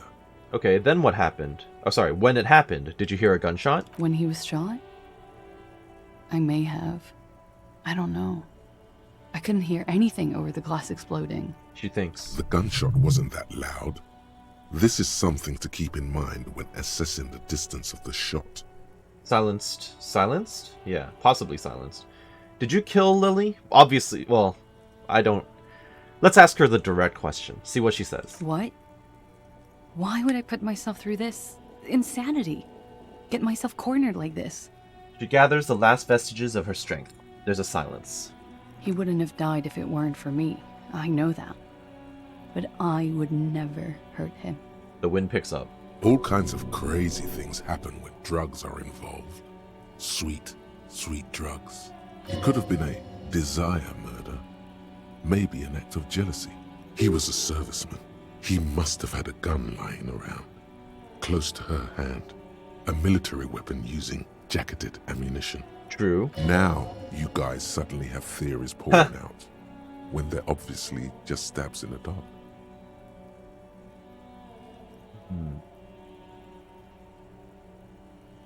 Drugs were an integral part of your relationship. Perhaps they contributed to its end. What does that mean? Do drugs make you aggressive? No. People don't take drugs to kill each other. They take them to feel okay with each other. She shakes her head. I thought you Ravishol people would be more enlightened on this. She pauses. I'm sorry, officer. I'm under some stress here. Downstairs people have this crazy idea that you killed him. I'm sad to hear that. They must have said it in some fit of frustration or under pressure. They couldn't have meant it. I've talked to them after it happened. No one has implicated me. She's getting scared now. Of you. The downstairs people. All of it. He must have had a weapon nearby. Did you use that? No. I specifically asked him not to carry firearms when he was with me. He only had his stupid armor. The bullet in his head. It was jacketed. Military grade. Who else here has a military rifle? I don't know. His friends have rifles. Maybe those psychos did it? Coalition military have rifles. I'm not a munitions expert, and I did not shoot him. She might have been a tad disingenuous when she avoided talking about the bullet in his head. before. True. Look who's waking up from 1,000 years of sleep. You lied to me about this bullet before when I said he was shot. You said you were confused. I've said I'm sorry. What more do you want me to say? I did my best not to lie. It didn't always work. Desires drive people loco. She simply shakes her head. She has the training for it. 2, maybe 3 years of self-defense. Her body is hard and lean underneath that jumpsuit. It's okay if you did it in self-defense. I did not kill him to defend myself from rape. I told you before. That wasn't what happened. True, sire. 'Tis true. Okay, I'd like you to answer some other questions, miss. Like what? Could the people after you have killed him? That's the first thing that went through my head when I heard the glass break. And? I thought they'd found me. They've killed him to punish me. All last week, I've tried not to talk to anyone or be seen with anyone. She looks at her cigarette. So they wouldn't be hurt. I've come to understand, however, this is paranoia. What happened didn't have anything to do with me. But maybe it did. I just don't know. She shakes her I head. don't know anything. We can't go after Loose Cap. Not yet. There are other, saner leads. I don't ask you to, Lieutenant. If there's one thing I know, it's that you'll get nothing from there. Why did you call the cops if you're hiding? Because I'm an idiot. The answer comes fast. Which is an indicator of truth. Idiot. She's nothing of the sort. So you would have us believe, but you're not. You have to understand, the people around here, no one was making the call, and he kept rotting. And then they picked his clothes off, and that little fucker threw stones at him. Her jaw is clenched. Her throat moves. It takes all her strength not to cave in and sob. Once. Just one time. He kept throwing stones at him for 3 days. I could hear the thud. Thud. So I called you. I hope with all my heart it's not the last thing I do in Ravishol. She shakes her head. She definitely called the cops. That was task complete. It could not have been a lie. That is impossible. When was the window changed? Point to it. Last week. Angus and Titus's brother, I think he's called Tibbs, took care of it. She takes a drag. You should have another look at that window after this. Reconstruct the scene. It's right there. In her bedroom inside? Yes. You see the glass sparkling out of the corner of your eye. I think we're done here, for now. She nods, silently. She doesn't even smoke. Just picks up the cold coffee and holds it in her hands. The lieutenant glances at you and then at the door. He's thinking, are we done here? Or maybe you should take her to the station for safekeeping. She lied to you, and she's a flight risk. No, that won't be necessary. Just leave her alone. She's been through enough. She doesn't need this police brutality. Multiface, I'm beginning to doubt your judgment. Are you sure you're not sleeping on the post? You have to wake this one up with force if you want to continue pushing her. I require drama. I'll return to this later. I will put on my drama clothes. Yes. Yes. That's pretty good. Hello, officer. What brings you up here again? Drama. Hi, 83%. In God's name, wake up. But we are awake, sire. She has been forthcoming with sordid details women usually conceal. Most shocking details of the sexual kind. We are a bulwark, unbreached. Snake eyes. Oh, every time. Get a hold of yourself just once, will you? Try to look past the sexually lax morals and do some police work. So you say, but give us one example of deceit. Just one example. She was confused when I asked about the bullet in her head. That was a lie. Ladyfolk do not know of such things. Ballistics and weapons of war. She is too young and frail. You should stop staring at her and say something. This is costing you credibility and power in her eyes. It looks like this one's not waking up. You'll have to do it without pushing her further. At least for now. Let's return to this later. Okay. Okay. Where's the drama? Let me boost it. I don't even know what type of check it is. There it is. It's so high already. Alright, level up.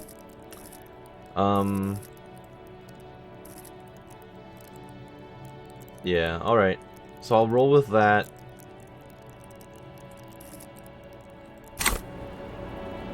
Hello, officer. 92! What brings... Who? What? Dear God, you've been lied to. She could have killed her lover and lied to everyone. She's not candid at all. She's smoke and mirrors and will-o-wisps. She probably didn't give you her real name either. Why would she? Arrest her immediately before she further entangles you in her web of lies. Turn to the lieutenant. Kim, why have we not arrested her yet? There may be grounds here, at least for an extended detention. A little whimper. The young woman hears you. She's looking around. Your real name isn't Klaasje Amandu. I agree. You wouldn't give us your real name, not when people are after you. The lieutenant turns to her. Okay. Her voice cracks suddenly, like there's a garret around her neck. Okay, what? Okay, it's not. I knew it. You log your work every week. It's all transmitted to Common, sir. I couldn't just beg you not to enter my name. So I lied. Like I lied before. Like I did at LCSB. I have to lie all the time. I'm so tired of it. She looks at her hands. Her fingernails are chipped white. She's not lying now. She really is very tired. Her metabolism is failing her. The afterglow of whatever narcotics she's been taking is wearing off. Was the passport bullshit too? The passport you keep hidden? No. It's submerged in a plastic buoy on the coast, in the reeds. It just doesn't say Klaasje Amandu. It says Anouk Mea Smit. Falsified documents? Passport and visa. Given to me by my employer. I can't even use them. My employer probably leaked the name, Mea Smit, to hurt me. Why would they do that? I didn't show up to a rendezvous. They don't take that lightly. I didn't show up because I was afraid they'd do something to me. The job was finished. I'm just a liability now. She rushes to explain. She fears an arrest right here and now. This has been an awful turn of events for her. Where is this buoy? Or boy? West of the boardwalk, in the reeds. On the coast there. I put it there when I first arrived. Haven't been there since. I'm not sure I could even find it now. She points towards a clump of ruins on the western horizon. It's useless. West of the boardwalk in the reeds, we have to check this buoy out. Accept the task. The lieutenant makes a note of it. You're welcome to it. It's in the reeds northwest of here. Past the Bergen sewage pipe. Right near the waterline. Okay. Tell me your real name. It's Katarzyna Lazje. The smile on her face is timid, almost painfully so. It's a Grad name. Jimsk or Yugo-Grad in origin. Not Occidental at all. Smells of motor oil, tiger, economic desolation, and rock music-infused alcoholism. Hold on. Katarzyna Lazje is not an Oranese name, is it? It's not even from Mundi. It's Grad. My parents were Zhimsk immigrants, but I'm nationalized Oranese. All I remember is Oranje. Lazje is my father's name. Finally we meet Katarzyna Lazje. She nods. Her round eyes meet yours. They seem moist from the wind on the roof. You're probably not even Miss Oranje 37, are you? I am. They can never take my sash and my scepter from me. Her smile quivers. Yes, they can, for lying. Enough. She nods, her back straight, ready for whatever is next. You know, I think you didn't make that call to the station. I did. What is this? I called your desk or whatever it is. The numbers are all over town. Call 8102 for emergencies. She takes a step forward. There was an older woman on the other end. It sounded like she was smoking. She took my complaint. She coughed. That is the emergencies desk number. Anyone could know that, sire, by looking around and calling the desk. I don't believe a single word she says. What time did you make the call? Thursday night, It was late, sometime after 12. It checks out. Anyone could know the number, and that someone coughed. It means nothing. But I know the time of the call, too. I know I have not been 100% truthful with you, officers. But I am now. Why is she so angry then, if she's so sorry? I know you didn't make the call. I did. She replies, her little fist trembles. Very good, sire. She will never admit to it, but we can see that she didn't. Okay, we might be making that up. Devil woman. Okay, that's a bit out there. What? Her nails tap on the steel railing nervously, the sound of cold metal ringing under the wind. Her hand trembles. She's only pretending she didn't hear you say, devil woman. Let's change the subject for the time being. She slowly lights another cigarette and steadies her breath, as if in the presence of some tiger. You are. This is not the end of this. Okay, let's return to this later. We can take a look at the window first. Here we are. This window is pristine on the inside, unlike the one next to it. Light from the desk lamp reflects off the glass in an untarnished golden halo. Well, 72%. Let me put on some visual calculus clothing. Let's go back to my status quo items, which are... Where's my... Here. Okay. Visual calculus. There has to be glasses that gives me some, right? A bonus? There you are. That'll do. This window is pristine on the inside, unlike the one next to it. Light from the desk lamp reflects off the glass in an untarnished golden halo. Okay, you've heard what happened. What happened here? 83%. Golden light Nice. melts away into the blue, glassy darkness of your mind. Huh. In it are two neon-lit shapes. So a man 3 and a shots. woman on the single bed. Okay. Like the witness said, the man is kneeling, the woman is on her back. It's the night of March 4th and a shot has just been fired. The man looks directly at the woman. The shot's possible directions converge in his mouth, a ray cast from somewhere outside, entering his brain. Oh, so were they facing the other way? They weren't facing... I guess they were facing this way and not that way. Alright. Ending him. Where does this come from? From the roof outside, location A prime. The glass fractures around the bullet hole. Shards face inwards like a corona behind the woman's back. Inspect the ghostly figures. The man does not know the bullet has entered his brain. He never will. Death comes faster than the realization. Have a look at point A, the roof. The ray cast from the man's mouth unravels into a fan of possible directions, all on the roof at first. The shot could have come from any of them. This is composite location A prime, most likely of the origin points. Shouldn't there be gun residue outside? There could have been. Then the rain and slush and wind washed it away. This was more than a week ago. So I'm what, 80% sure the roof is where the shot was made from? 72%, with an antique weapon that fires military-grade ammunition. A Belmagrave rifle, for example. This is a good short distance, but not too short. The perpetrator aimed with their back against the railing, or possibly kneeling for precision. This would explain why it only took them one shot. Makes sense. The lights were on in here. Outside it was dark. It was like shooting fish in an aquarium. A well-lit aquarium. The victim opened his mouth to let the bullet in. Neither of them would have seen anything outside in the darkness.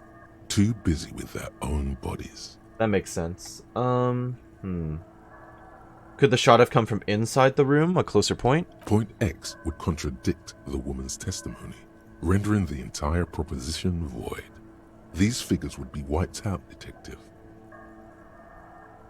Are there any arguments against A prime, the roof? None that you've found thus far, but that doesn't mean there aren't any. True. Could there have been another point of origin further away? That's a 28%, yes. In this model, the shot could have come from a greater distance. Nothing excludes the possibility. Should we extrapolate to include every possible point of origin in Martinez? Do it. Extrapolate the radius to include all of Martinez. According to your map of the district, this shot could have come from a wide angle of locations, starting with the northern edge of the abandoned boardwalk, ending with an islet in the bay. Let's call them B prime. More precisely, B prime for boardwalk, B double prime for Land's End, and B triple prime for the islet detective. There may be smaller points in between, but those are too fine to zoom in on. Okay, let's look at the boardwalk. 700 meters away. The likeliest of these B positions, 20% chance. A skilled sniper could have made the shot, provided he had a safe sniper's nest. Even with the light on inside, we're talking military training. At that distance, the perpetrator would have had to take wind direction into account. True. Land's End, that's probably the lighthouse thing, right? 1.2 kilometers away. The least likely of these positions. Let's say 3%. A truly skilled sniper could have done it.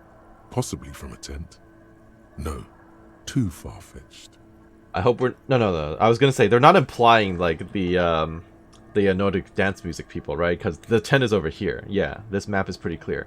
The tent is over here. They're talking about the lighthouse thing. I was just on a date there.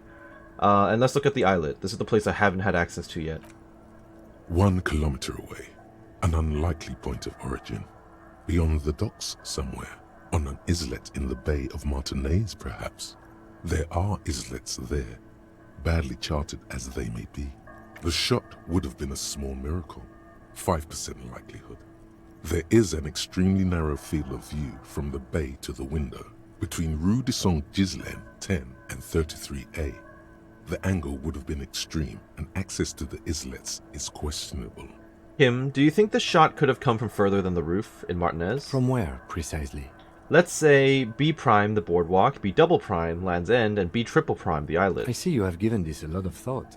Are those the locations you've singled out in addition to the roof? And what is the likelihood, in your opinion, that it came from a further distance? He remarks, raising an eyebrow. It's much less than from the roof, but still. Okay, well, we should see if there is gunshot residue or sniper nests if we go down the coast. Rule these spots out one by one. Agreed. It would be the diligent thing to do. Until then, personally, I'm going with the roof version. A simple hypothesis can be wrong, but it's something to build on. True. Alright, Klaasje, let's chat again. Hello, officer. What brings you up here again? Let's get back to those lies you told. Lies? She repeats, then trails off. It's unclear what she intended to say. Yes, we demand she be punished for deceiving us. We demand her anxiety. We demand her fear. I don't need that specifically, but what if I told you you're under arrest, Katarzyne Elysium? But I haven't done anything. Anything illegal. She backs up against the railing with a forced smile on her face. Failure to aid a police investigation. She purposefully misrepresented information crucial to the case. Fucking mind games. Enough. That's right, gang. Stern and merciless now. Stern and merciless as we reel her in.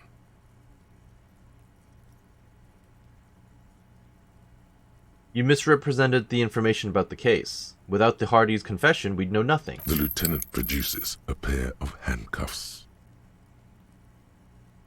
Please no. Her eyes become round with fear. She tries to back further off. Don't fall off the roof. Fragile, unshielded. Her voice is thin and tired. I think I know who did it. I know who shot Ledley. You know it wasn't me. Why would I do it? I have no motive. What do you know? Who shot him? She's silent for a second, as if looking into herself for certainty. Then, in a hushed voice, she says, gearing up for this betrayal is hard for her. Ruby. And why do you think it was her? She has this thing for me. Ever since I met her and the boys downstairs. She's been pretty frank about what she wants. What she's saying is... sex? Sex? And more. I made the mistake of confiding in her. I told her I was on the run. She started protecting me. It became an unhealthy relationship. When I started spending time with Lely, she told me to end it. Said there would be shit if I didn't. It was not a good meeting. We stopped talking after that, but... She says this in a near whisper. I don't understand. What exactly in your relationship made you think she's romantically interested in you? The lieutenant sounds incredulous. She said she's in love with me. She even asked me to run away with her when I told her I'm a fugitive.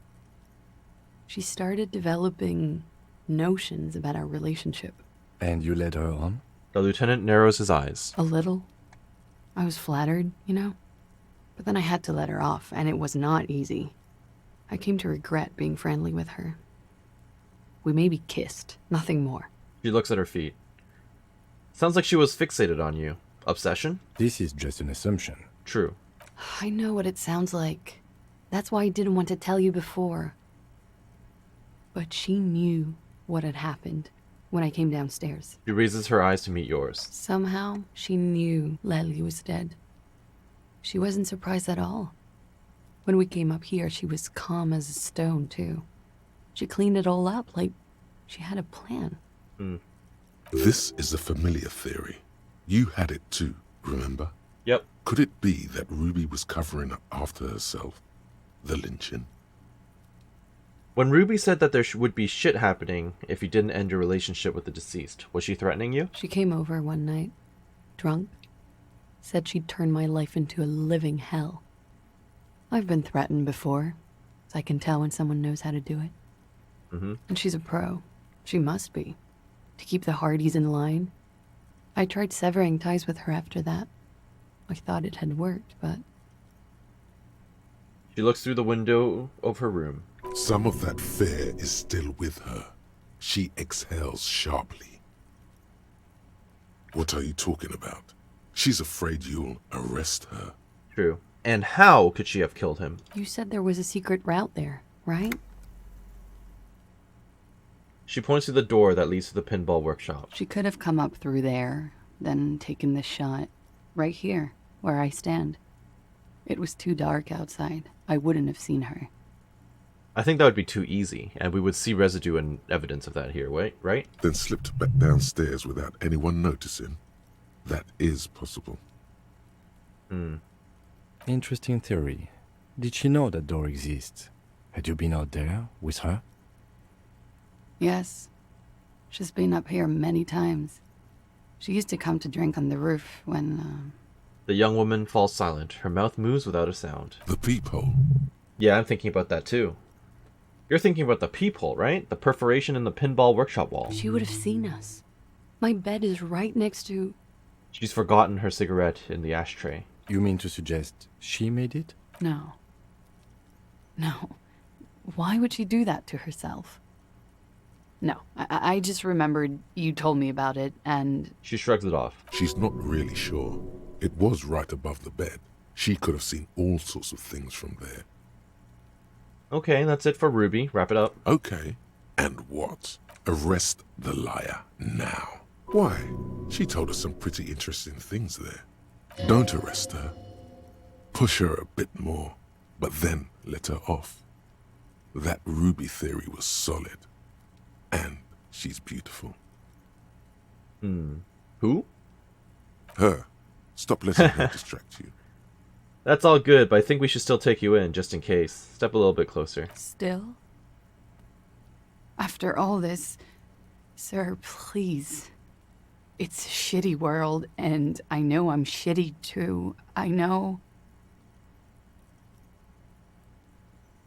She says this, her voice breaking. Her hands turn into a fist, slowly crushing the cigarette she's still holding. But I don't deserve to be sent to the moral intern and ground into paste just because I disturbed the sanctity of accounting. That's some multinational... She's gearing up for a last stand. This is it. What do you deserve, then? I don't know. To spend my days with smoke, drink and dance, wallowing in shit. Just like everyone else. She throws away the cigarette. What other option do I have? You have those station calls, right? Where I have to show up at the station or I'll become a fugitive. You can write me one. You don't have to take me in right now. I promise I won't go out anymore at night. I'll be right here. I know you can do that. Just let me come in on my own. In 2 months, or maybe even 1 month. That's all I need. You do have the form. He looks at your ledger. By God, she's playing him too. Like a fiddle, sire. Who would have known?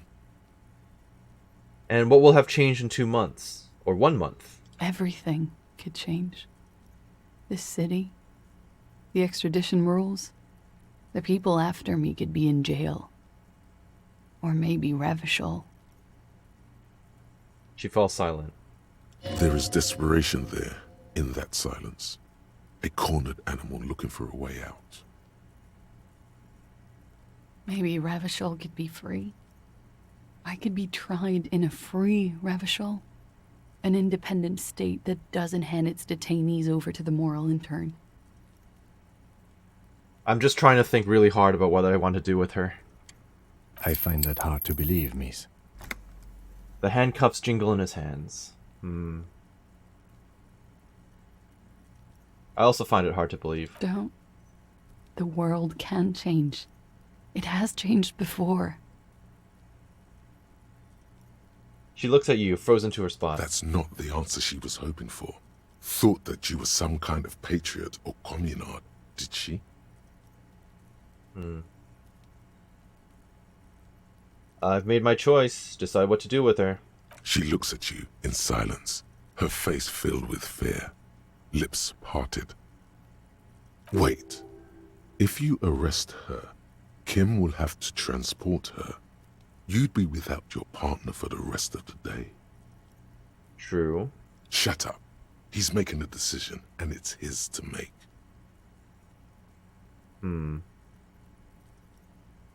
Ooh. Well, I can do station call, arrest, or don't arrest. I've got to think real hard on this one, I think. This is a big decision. So if I arrest her, she says that she's probably going to die. I don't know if that's true or not, and I don't know how much of what she's telling me is even true at this time. I could do a station call. She technically would have to show up, but she can always just go underground again and under a different name. And then, of course, I could just let her go completely. If I just let her go completely, though, the fact that she's lied to me a whole bunch would be pretty bad as well, because she could have just lied to me about all of this as well. Let's assume that I didn't catch, like, all of her lies, and I'll just be operating off false information.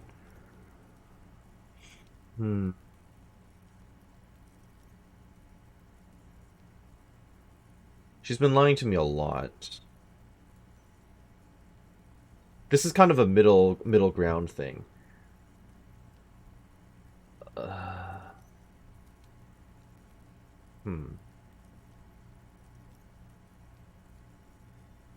I'm going to write you that station call. I'm going to write you the station call. If you miss it, I can't help you anymore. I won't. She takes the slip, shaking visibly, then she collects herself. This may have been a grave mistake, sire. Why? I promise I will be right here all the time, nights too. I'll help you any way I can in this investigation, and I will be at Station 41 in 6 weeks.